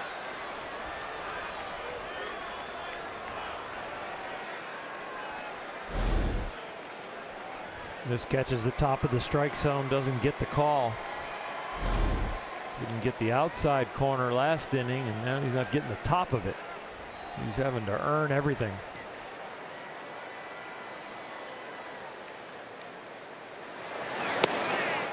That's the 5th Kershaw walk as he's having to deal with the tight zone from Bill Welke. And DJ LeMahieu will have an opportunity with 2 out.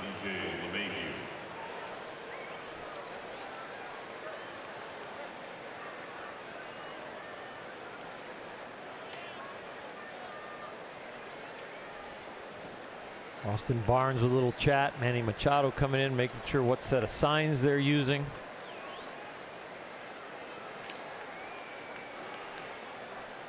All the pitchers have multiple sets, and they can change it up mid at bat. If all of a sudden they think something's getting relayed.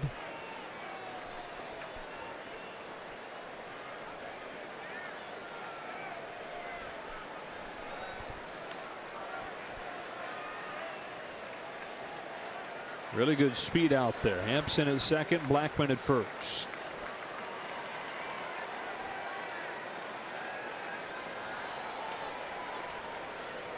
DJ LeMahieu is 0 for 3 tonight. Takes strike one.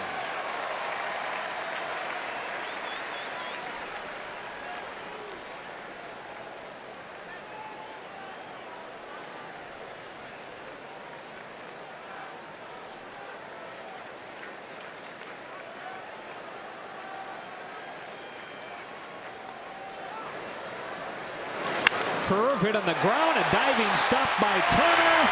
The inning is over. Justin Turner perhaps saving Clayton Kershaw, keeping the game tied at 2 with his sprawling play to send us to the stretch.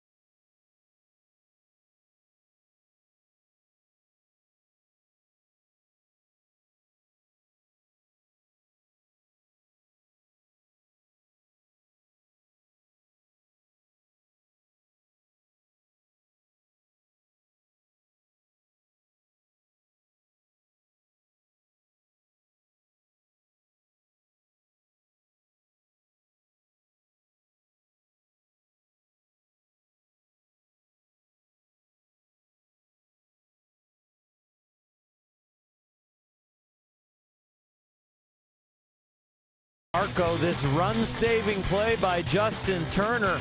You have this kind of defense behind you. You're not afraid to throw strikes. Clayton Kershaw having to be aggressive with the strike zone he's dealing with. He's done a number in this battle. Now both guys dealing with that tight zone from Bill Welke. Kershaw 1 walk shy of his career high. Freeland has matched his season high with those 4. And it's ball 1 to open the 7th against Austin Barnes. Kershaw's spot due next, and so it looks like his night coming to an end. Max Muncy in the on-deck circle as Freeland falls behind 2-0. But Black allowed Freeland to stay in the game, used him to sacrifice, and then he will be in a position now to decide whether he wants to change his starting pitcher after a pinch hitter is announced.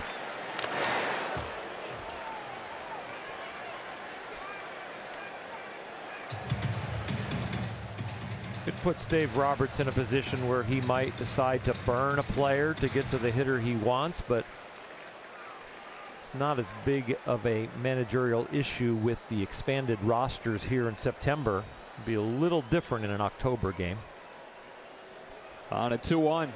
Barnes rolls one to third. Arenado's got it cleanly. High throw, and it sails.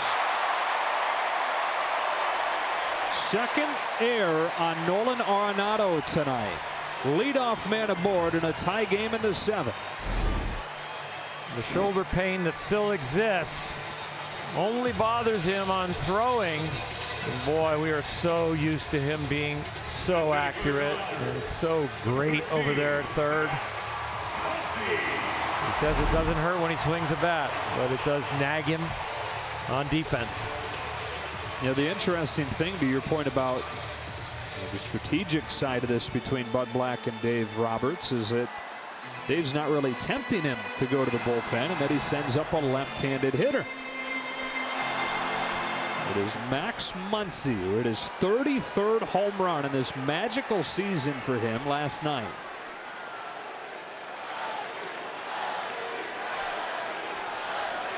Strike one. Kenta Maeda.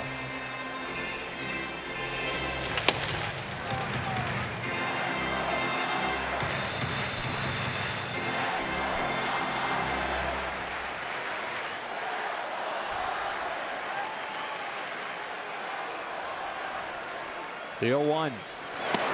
That's Frisbee in there at the knees. 0-2. He looked back at last night's home. It was a blast. You got two from Jock Peterson, and this hanging slider. Muncy deposits out there in the right field pavilion.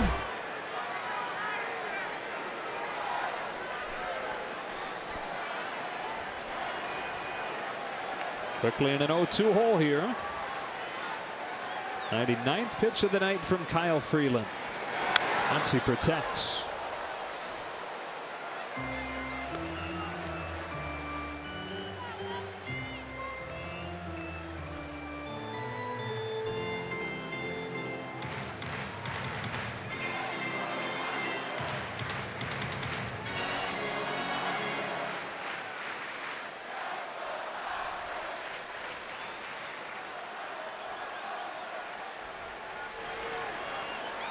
Another 0-2. Got him swinging with a high fastball. 94. Strong as we've seen him go tonight. 1 out. The respect for the cutter, the respect for the slider, and then beats him upstairs with a fastball.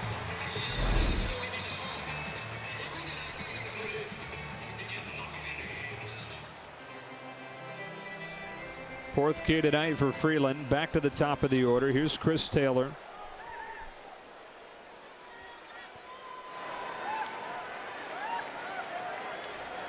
Becoming more and more rare to see a starting pitcher get a fourth look at a lineup. Fourth time facing Taylor, and he misses with his first pitch.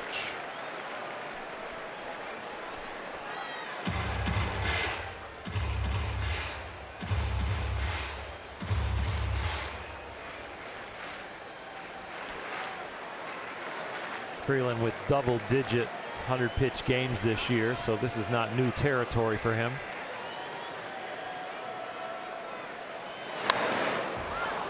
1-1.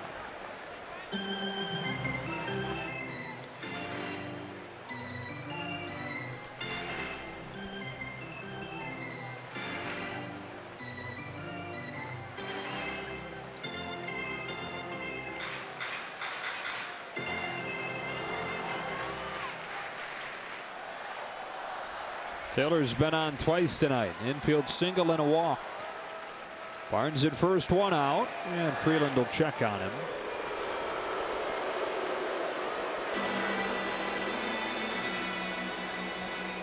Dodgers won the opener 8-2.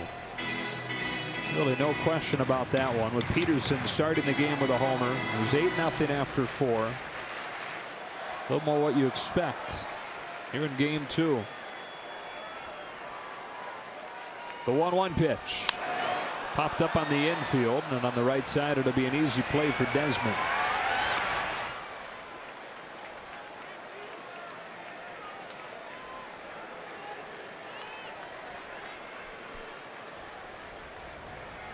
Justin Turner coming up. Bud Black is going to make the move. So that'll do it for Kyle Freeland. As Black points down into the bullpen, and Scott Oberg gets ready to come on for Turner.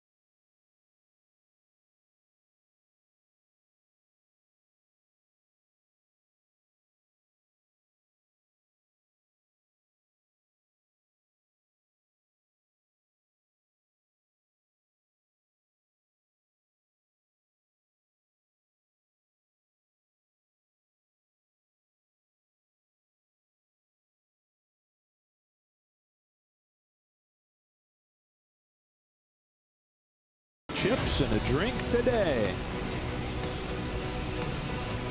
6 2/3 for Kyle Freeland tonight. The man at first is responsibility as he hands the ball off to the bullpen and Scott Oberg. And as they have kind of reinvented the bullpen, Oberg has stepped to a very high leverage role for Bud Black. Fastball slider Justin Turner's going to see mostly from him, and it has been really working over the last 17 outings. A batting average against of 133 and an ERA less than a half a point. Tim Castro, weapon for Dave Roberts here in September. One of the fastest base runners in the system, maybe the fastest. A pinch run for Barnes. And Justin Turner stands in. Risk reward on letting LeCastro go, and Turner has to lead off the next inning. That would be fine. If they can get him to second, you might lose Turner's bat with a walk, but you got Manny Machado behind him. It's called protection right there. So here we go in a tie game in the 7th. Oberg's first move is to first.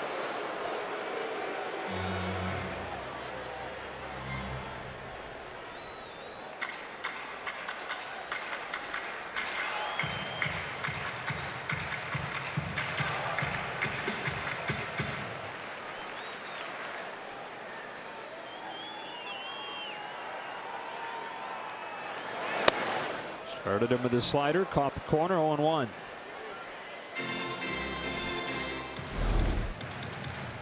Slider at 86, average fastball around 95 miles an hour.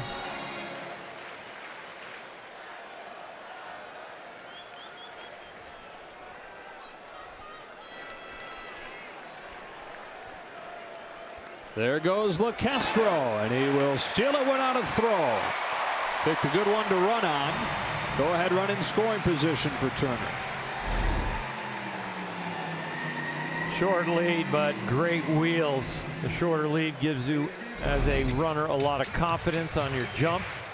Even if you're slightly wrong and they're coming to first, you get back. That was LeCastro's strategy there.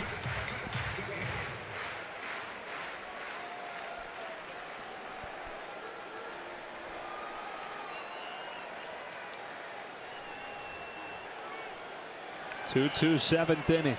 Oberg to Turner with a 1-1 and a bouncing ball to short.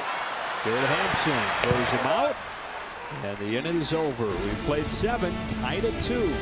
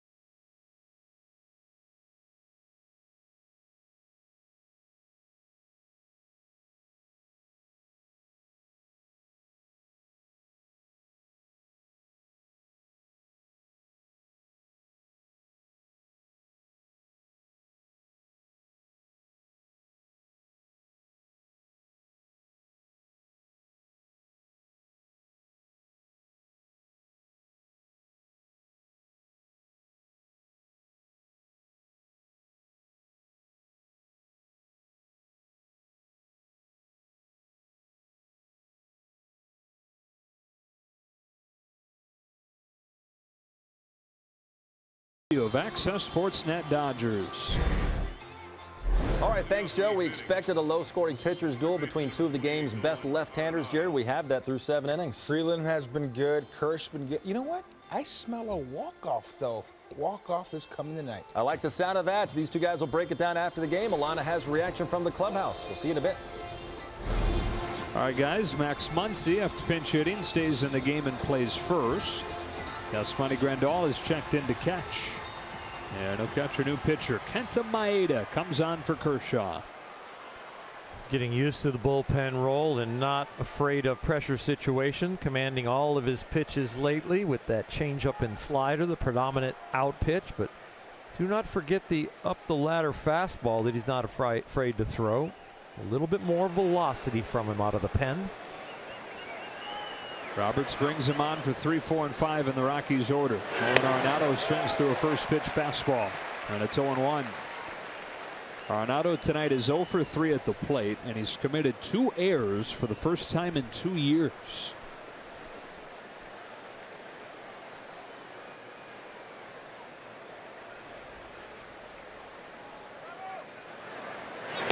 Behind 0-2. Left side of their infield's having some arm problems. Arenado with his shoulder and Trevor Story with his elbow. They are banged up here at the end of the season in the most important games.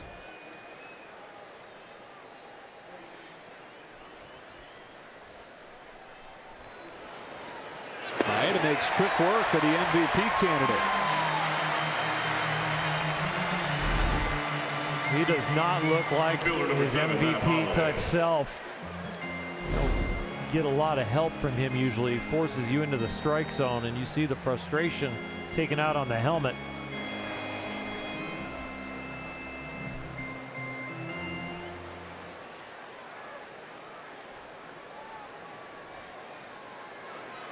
Well done, Dieter Rule. Oh, Green Day Holiday. Gotcha. Matt Holiday comes up. Very nice. Okay, Borat. I was going to say that, but you labeled it prior to me. Doggone it. I'm here for you. Okay. Stealing my thunder. I just wanted to acknowledge that you had a good reference there. It's on the corner. Maeda's off to a good start. I'm not mad. Good. But I will get even. We still best friends? For sure. Okay. Pinky shake. Yep. We just did it. You'll have to trust us.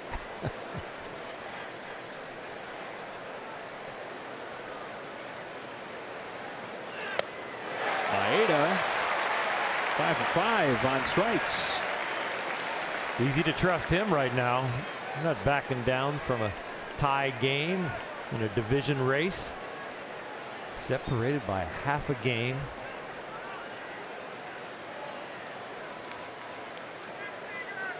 If you enjoy pressure, this is the fun part.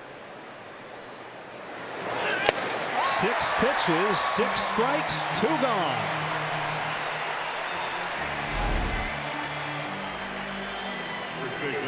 High cheese.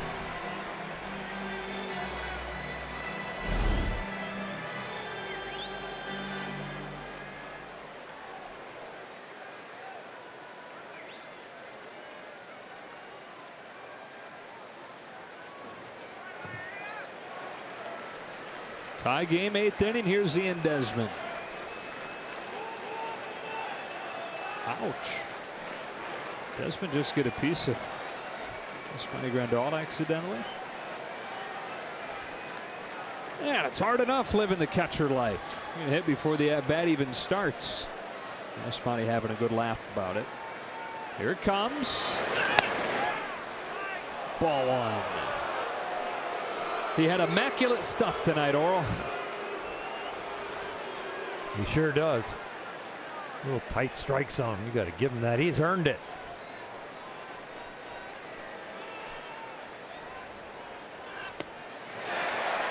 One and 1. I swear, if he throws 10 pitches and gets 3 strikeouts and that's the one that misses, that's a bummer. Maeda has come within a pitch of an immaculate inning once before, and he said that he was thinking about it, and that's why he didn't get it. He overthrew what would have been strike number 9 had he gotten it. Yanked the slider pretty bad.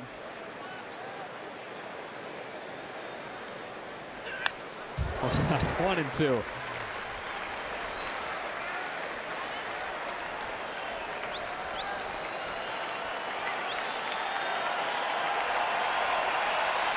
49,537, each and every one of them feeling this postseason push.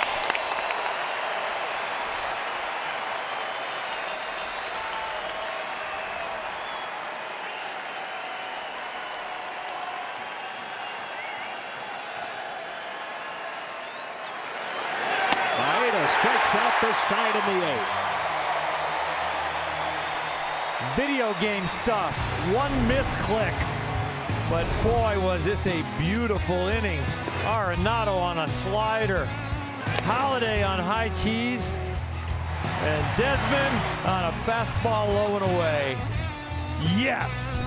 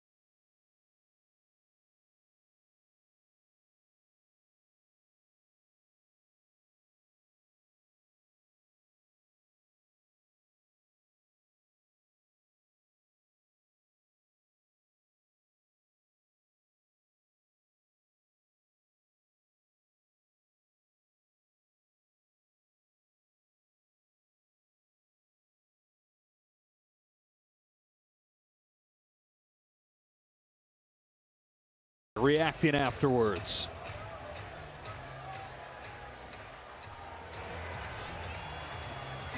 You can't expend that energy as a starter, but you got a little time and build up as a reliever watching this intense game, 2-2, and now you're in it. And not only in it, but contributing in a big way right there. Cuevas into the game in right field. Parda slides over to left, replacing Matt Holliday. Manny Machado takes a first pitch strike from Scott Oberg. Dodgers single runs in the 1st and the 5th. Rockies got their tallies in the 3rd and the 5th. Machado leaves this one down, and it's 1-1.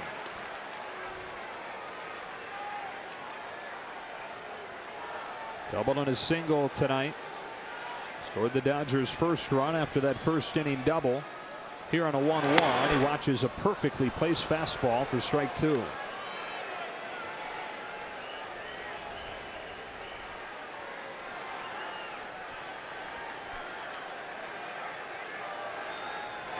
Got it.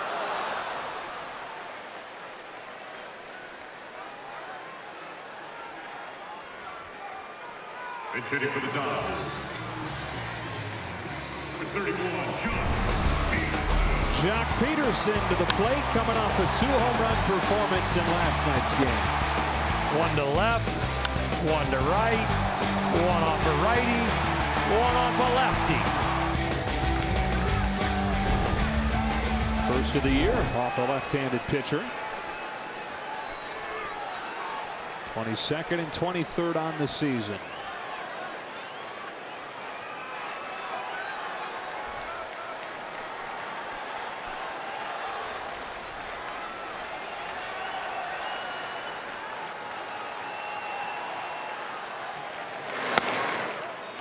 Strike 1.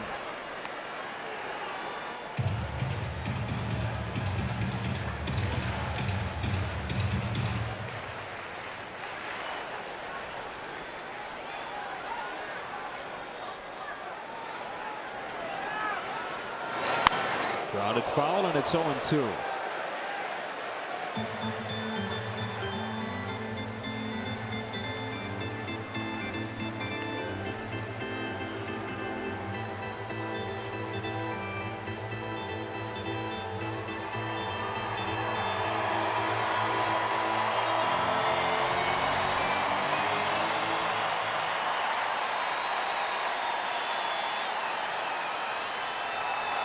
Peterson chases one in the dirt. Iannetta will pick it up, throw him out.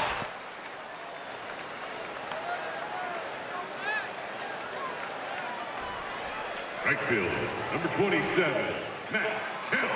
So back-to-back Ks to open the inning for Scott Oberg, and in a 2-2 game here in the 8th, here comes Matt Kemp. Iannetta in pressure situation asked for the breaking ball down, and the veteran catcher got the pitch he looked for and wanted. Made a nice play.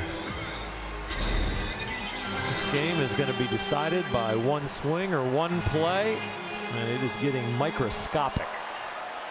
Who's going to provide it? Kemp looks at a strike.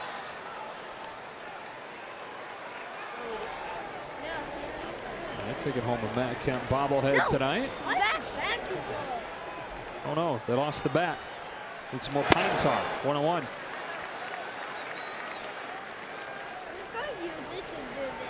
No, it doesn't go in his ear. Nope. Easy now. Don't break your bat.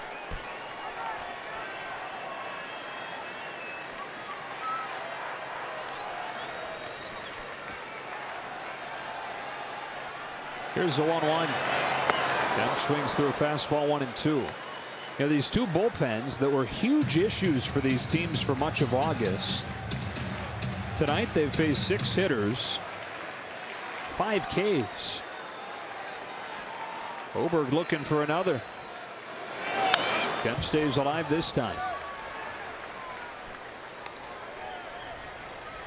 After that nightmarish August, they've been 2 of the 3 best in baseball as the calendar has turned to September.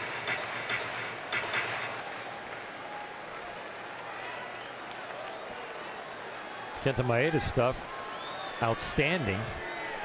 Matched Clayton Kershaw's total in strikeouts in 1 inning.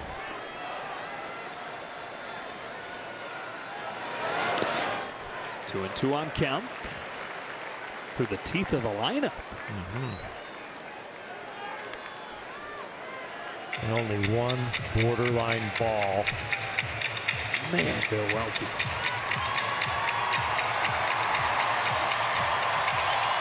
Kenley Jansen. 2-2 8th inning. 2-2 pitch to Matt Kemp. Bouncing ball to Hampson is short. Scott Oberg with a 1-2-3 inning, and it stays tied to the 9th.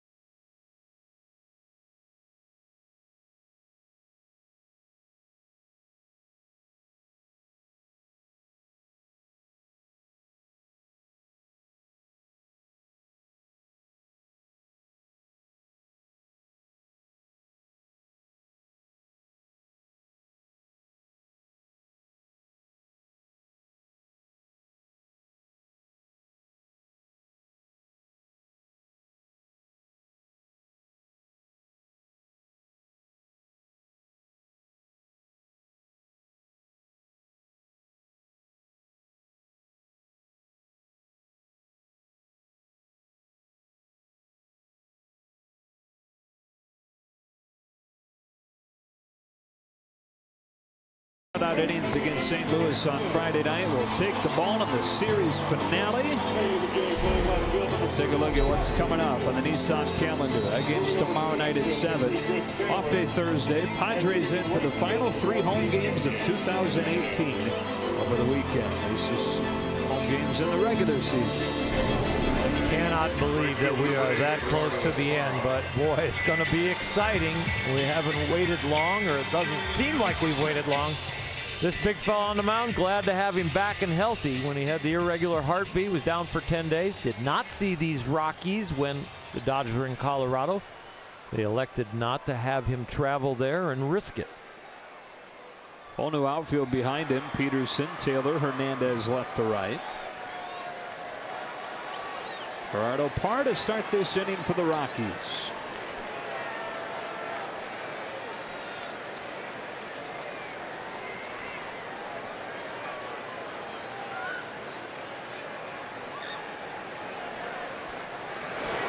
Strike one. Good looking cutter to start.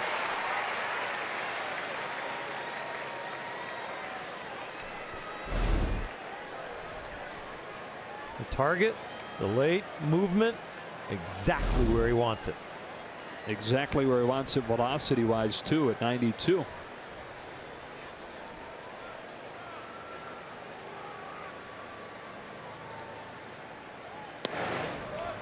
Ball 1 strike.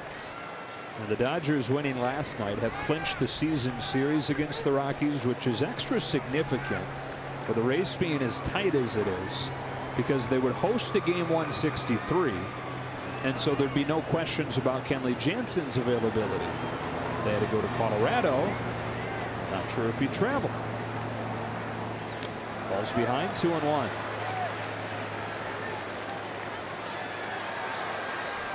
Early in an inning, I don't mind it when Kenley misses down with his cutter, because he gets through it on the correct side of the ball. When he starts up to the first hitter, sometimes he'll start throwing that cutter and it really flattens out on him, and he struggles the rest of the inning to find the release.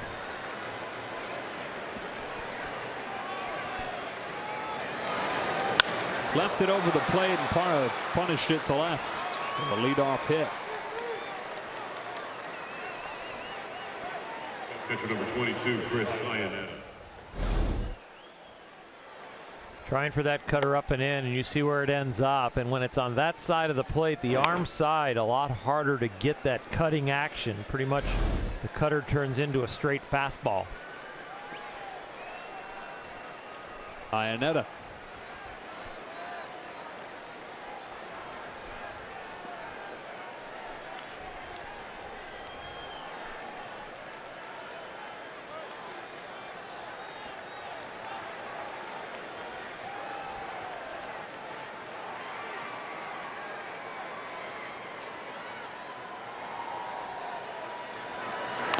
Bunted foul.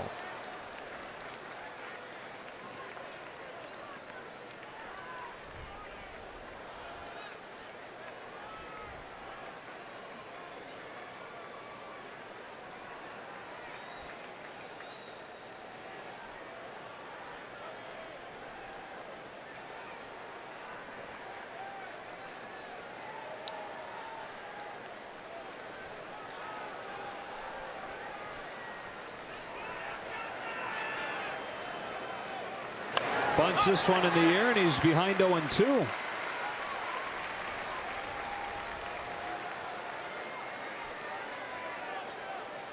Bud Black saying it's going to be hard to string some hits against Kenley Jansen, so let's play small ball. But now forced into the 0-2 count with the failure on the bunt. See what he decides to do.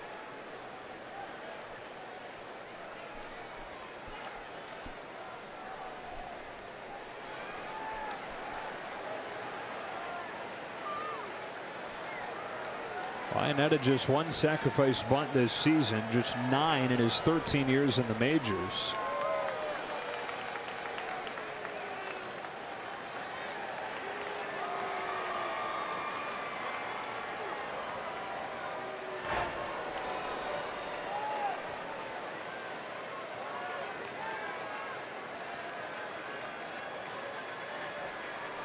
When Chris Iannetta was bunting, he was choking up.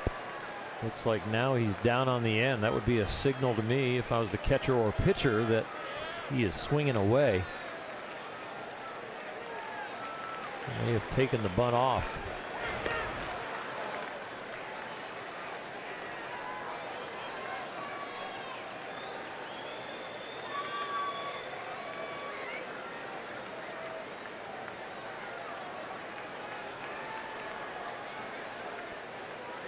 Rockies have the leadoff man on for the first time tonight. Parra is at first as Jansen gets ready for an 0-2. Is off, ball one.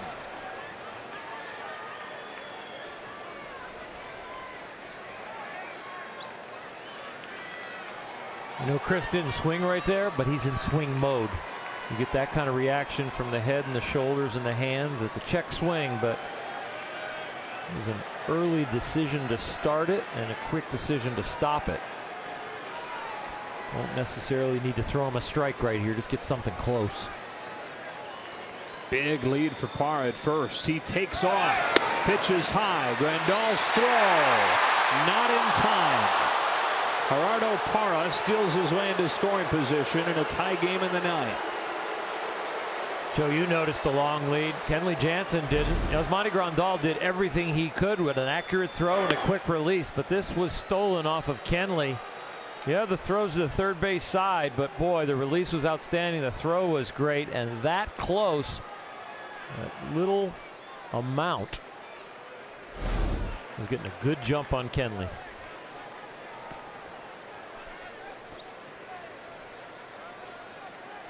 Something Kenley's gotten better at over the years. He's worked more and more on holding runners on, being better controlling the running game. But Parra is able to steal second off him, and now Iannetta tries to get him up to third.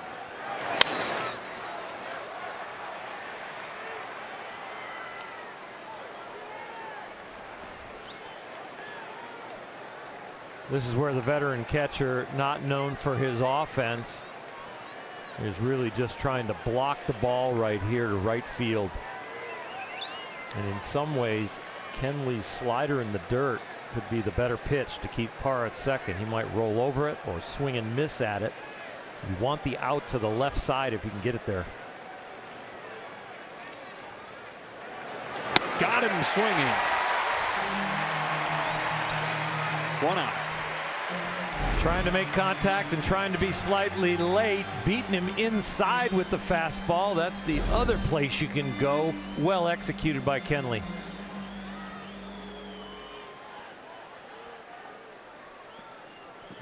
Bud Black sends up a pinch hitter. Here comes David Dahl. Pinch hitter number 26, David Dahl.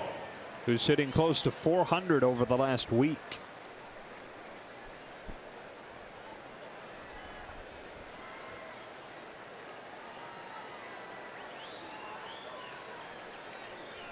Left-handed batter that'll likely be in there against Walker Buehler tomorrow night.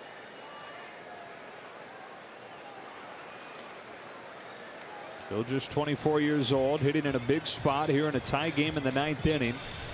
Dodgers ahead of the Rockies by a half game in the division. After tonight, 10 games remain. Dodgers looking for a 6th consecutive division title. Rockies looking for the first in their history.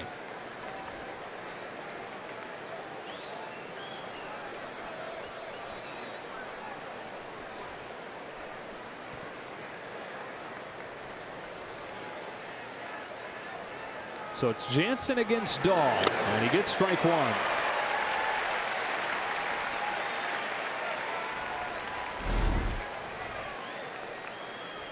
Up and in. A good start.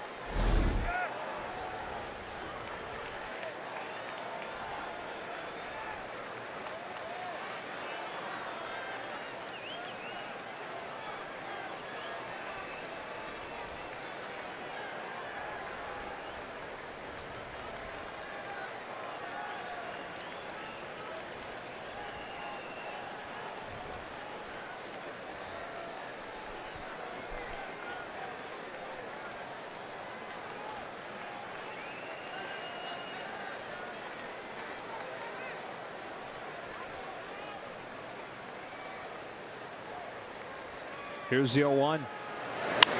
Off of the hands. Well executed pitch from Kenley Jansen. Dozier's got it. 2 out. 3 stolen bases tonight for the Rockies to put people in scoring position, but they have failed to execute. When at the plate, 0 for 7 now with runners in scoring position, and Kenley is looking to make it 0 for 8. It's Ryan McMahon, who on back-to-back nights in early August hit game-winning home runs for the Rockies.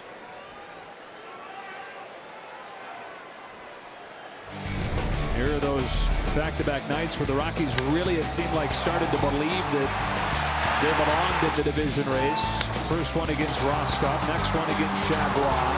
Remember, this was the first series where the Dodgers were without Kenley Jansen. Those were the first 2 days after Kenley felt the heart issues again. He stepped in for Nolan Arenado with the shoulder issue at the time.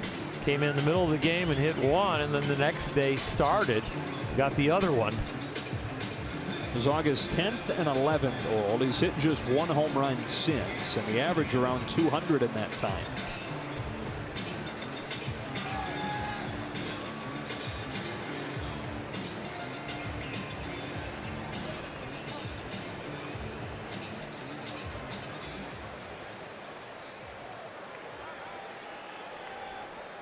Parr started this inning with a single. He's stolen second. Jansen striking out Iannetta.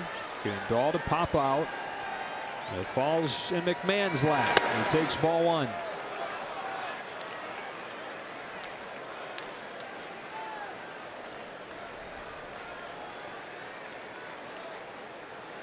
Looking to the bottom of the 9th. Dodgers have Dozier, Hernandez, and Grandal due up.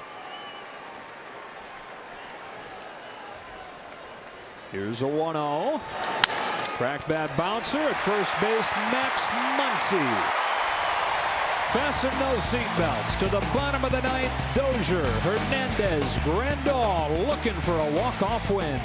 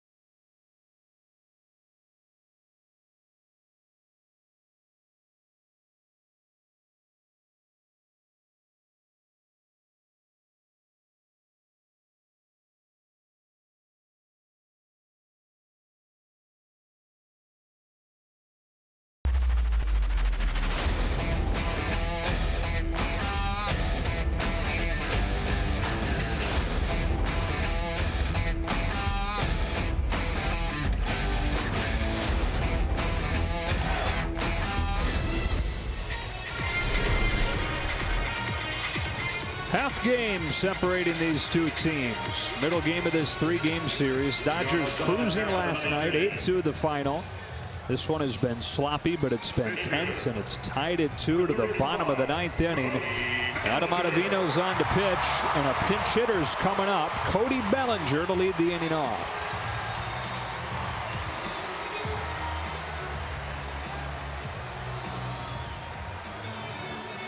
Pat Valleca into the game at short. David Dahl is checked in and right.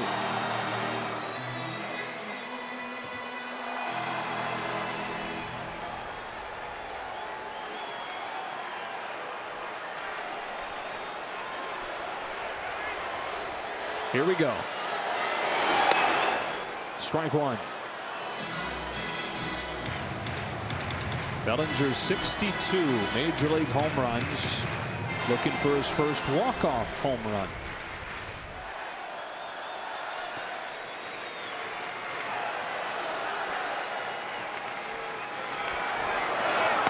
One ball, one strike.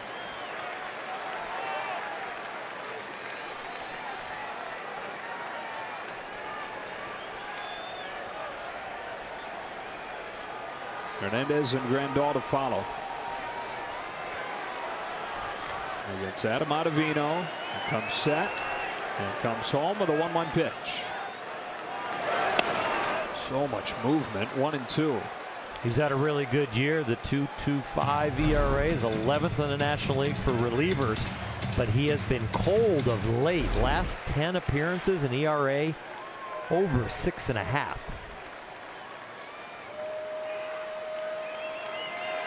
The 1-2. Bellinger bounces one inside the bag. Desmond fields it and feeds Ottavino for the first out.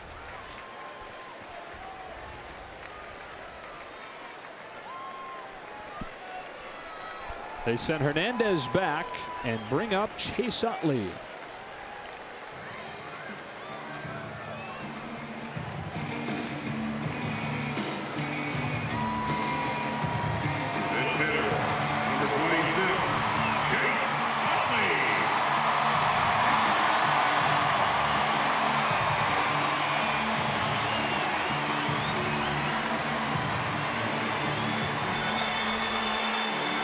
Still looking for his first hit since getting activated on September 1st. 0 for 13. 5 home games left in his career, this being one of them. Still looking to make an impact.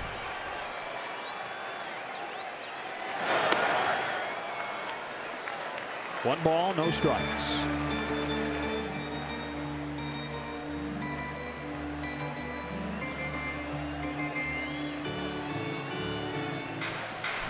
If he hits a walk-off home run, I hope he survives the celebration. I hope he's healthy after getting torn apart.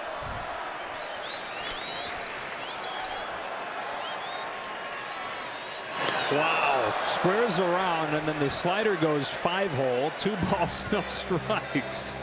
He's lost it. He usually gets hit by this pitch. He won't show it, but I'll bet you inside he's like, what am I doing? I never get out of the way of pitches. He said that if there's one that's still hard for him to just take, it's the one right at his feet. One of the leaders in the history of baseball. He had to hit more than 200 times. And the driver's seat here, 2-0. Chopper, foul. 2-1.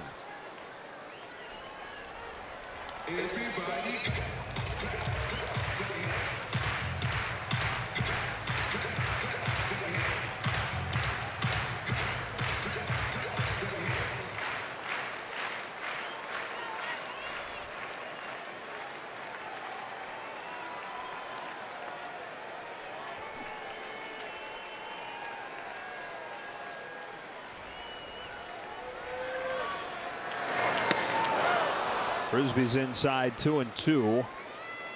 Utley swings over the top.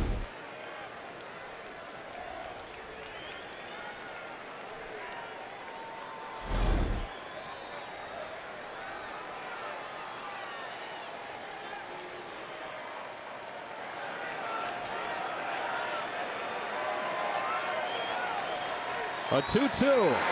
And he's worked the count full. Grandal waits on deck.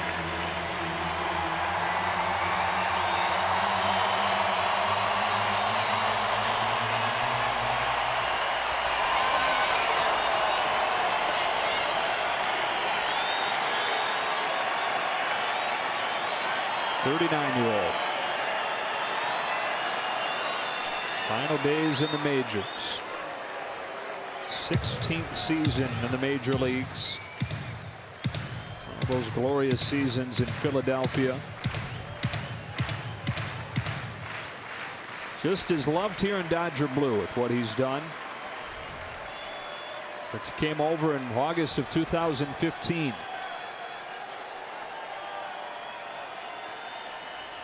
On a 3-2 from Adam Ottavino. Utley strikes out.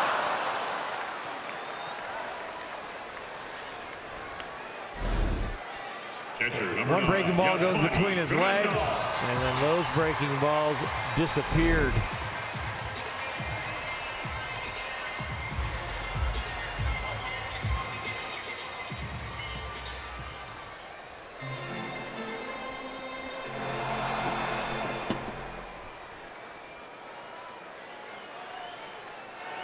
So Yasmani Grandal, who's the owner of the lone walk-off home run over the last 2 seasons, takes strike one. It's obviously in the regular season.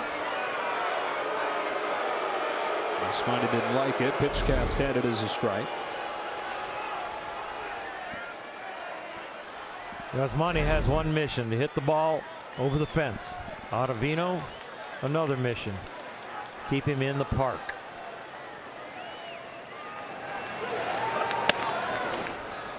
One on one.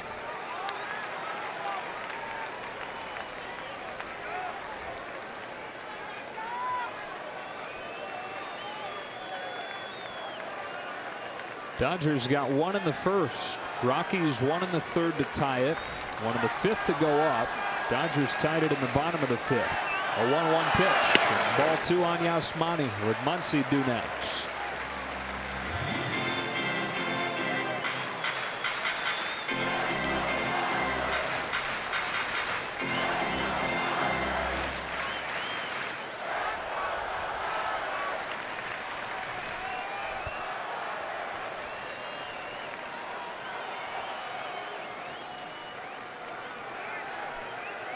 On a 2-1, Grandal swings, high fly ball, left field, at the wall, brought in by Parra to send this to the 10th. He just misses, walking off Ottavino and the Rockies.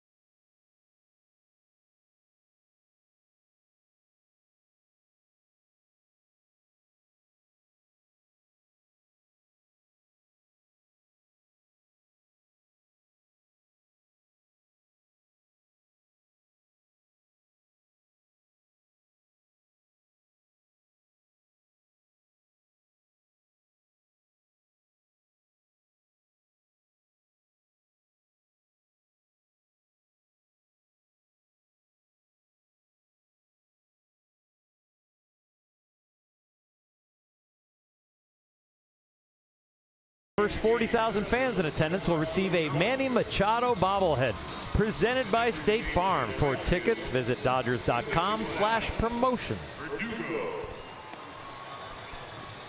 For the 10th inning, Scott Alexander. But boy, it sure looked for a moment like there would be no 10th inning, didn't it? That swing and that fly ball reminded me of Jock Peterson's home run in the first at bat yesterday. Yeah. It just didn't have enough oomph. I think we even got a bat drop Oh.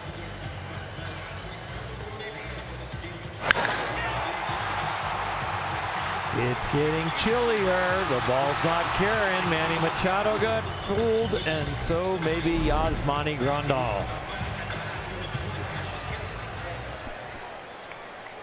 Alex Verdugo comes into the game for Dave Roberts in right field. Cody Bellinger, after pinch hitting, remains in center. Taylor's now at second. And it's Scott Alexander to pitch his 10th inning.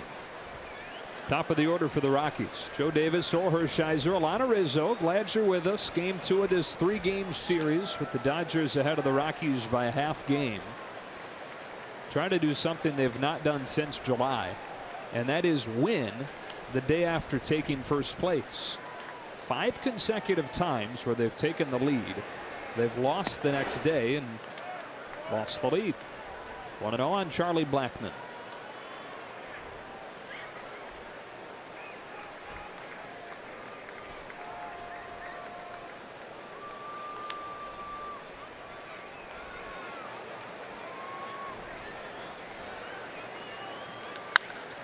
Chopper to second. Chris Taylor. Blackmon's the first out.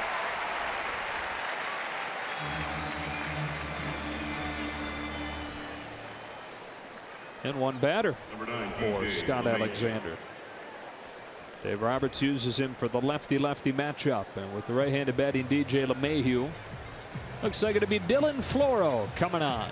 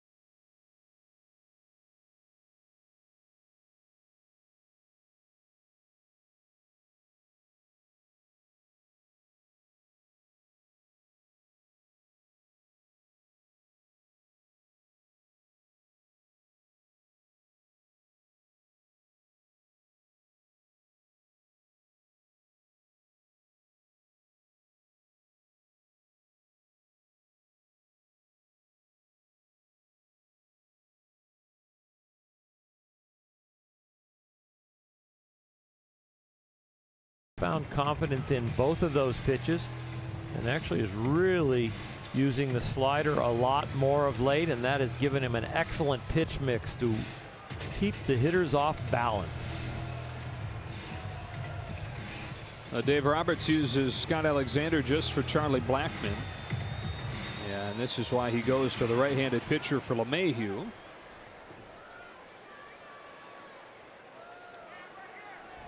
Arenado due next. We'll be getting a bit of a preview for the postseason bullpen is beginning to shape up. Dave Roberts plans to operate it. Saw Maeda with a very good 8th inning. Jansen for the 9th. And piecing it together with Alexander and Floro here in the 10th. Starts him with a slider. Strike one.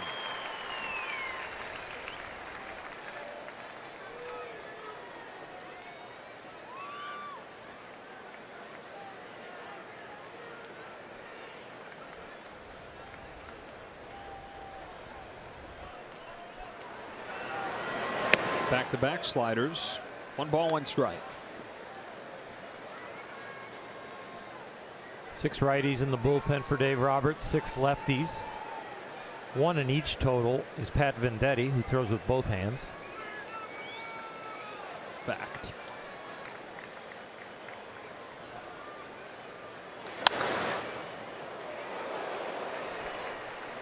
One and two.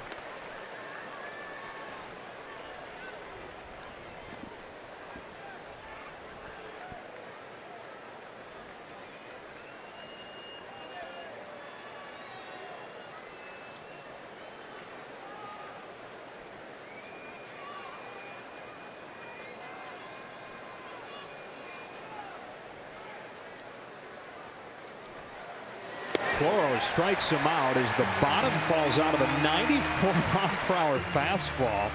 Looks like a changeup, but it's 94. He can make the ball go down. That is tremendous movement. Pitching Ninja's working on that one on Twitter right now. Good luck.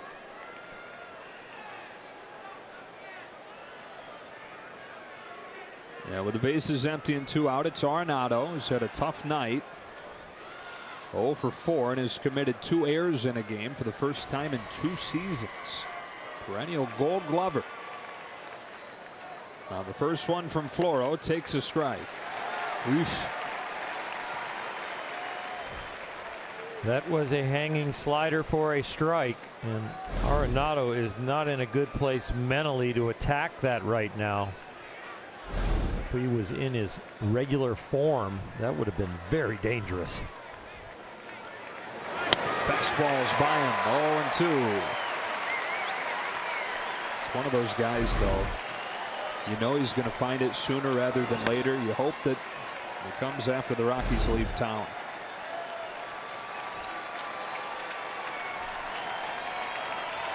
Floro trying to delay that a little bit longer. The 0-2.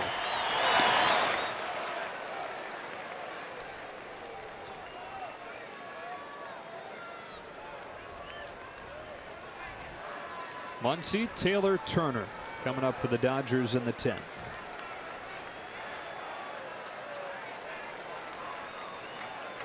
Wade Davis on the left, their closer, joining Chris Russin. Floro home with a 1-2 pitch. He struck him out. Alexander for Blackman. Floro for LeMahieu and Arenado. To the bottom of the 10th, tied at 2. It'll be Muncy with his 33 home runs, then Taylor, then Turner.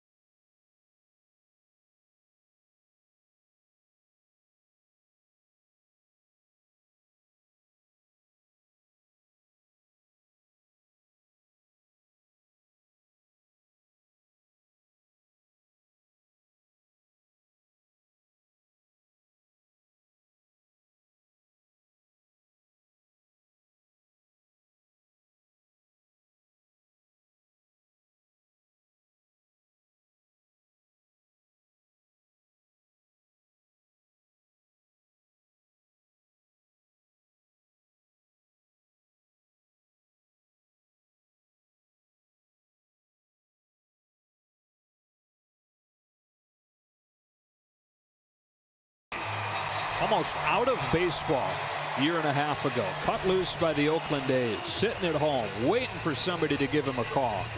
Dodgers gave him an opportunity. Had a good season in AAA. Didn't get a chance in the majors until a spot opened up because of injury early on this season. 33 home runs later, he is a breakout star here in 2018, and he's leading off the 10th in a tie game in the heat of a division race. First pitch from Adam Ottavino is up and away, ball one.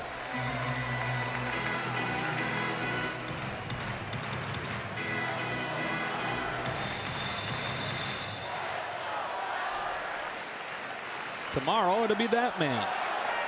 Will they be going for a series win or a series sweep?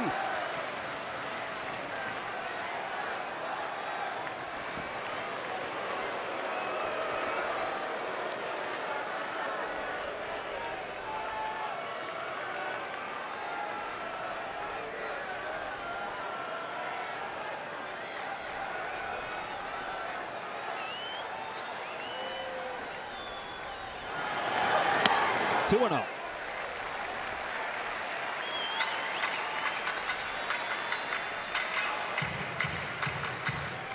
Pretty relaxed with that smile right there. I don't know if he's seeing it really well and going, oh, I gotcha. He likes the count. Slider for a strike, 2-1. Muncy being shown a lot of respect with a 2-0 breaking ball.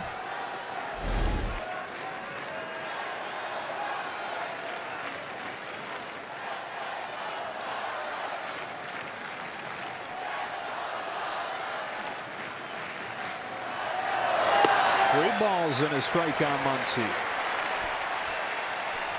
who has been seeing just about everybody really well over the last week or so. Racking up walks at an absurd rate. And when he's getting strikes, he's doing damage with them.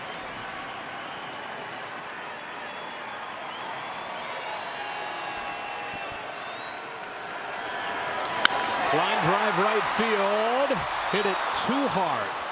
And David Dahl makes the catch.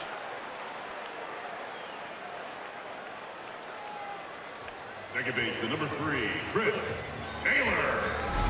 This ball is struck slightly above center on the ball. If it was struck slightly below center, it's a home run.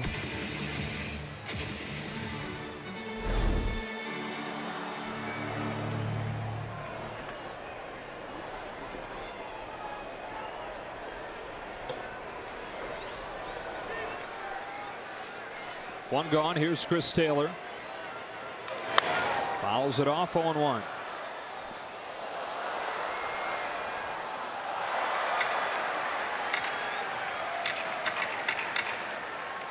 .109 miles per hour off of the bat for Muncy, by the way.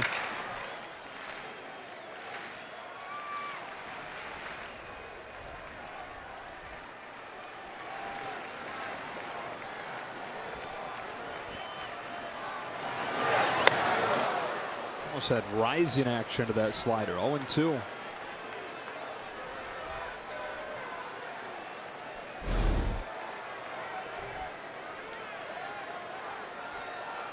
Ottavino's been off his game his last 10 appearances, but tonight he looks locked in.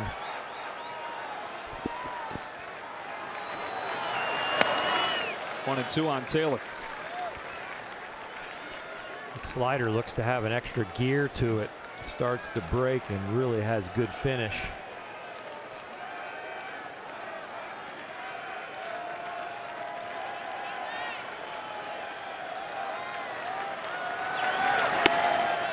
Count evens up, 2-2.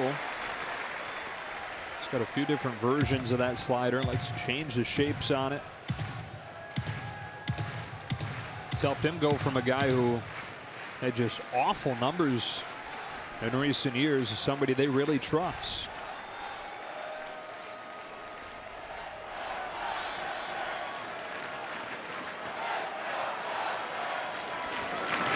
High fly ball to left center field. Way into the night to end the night.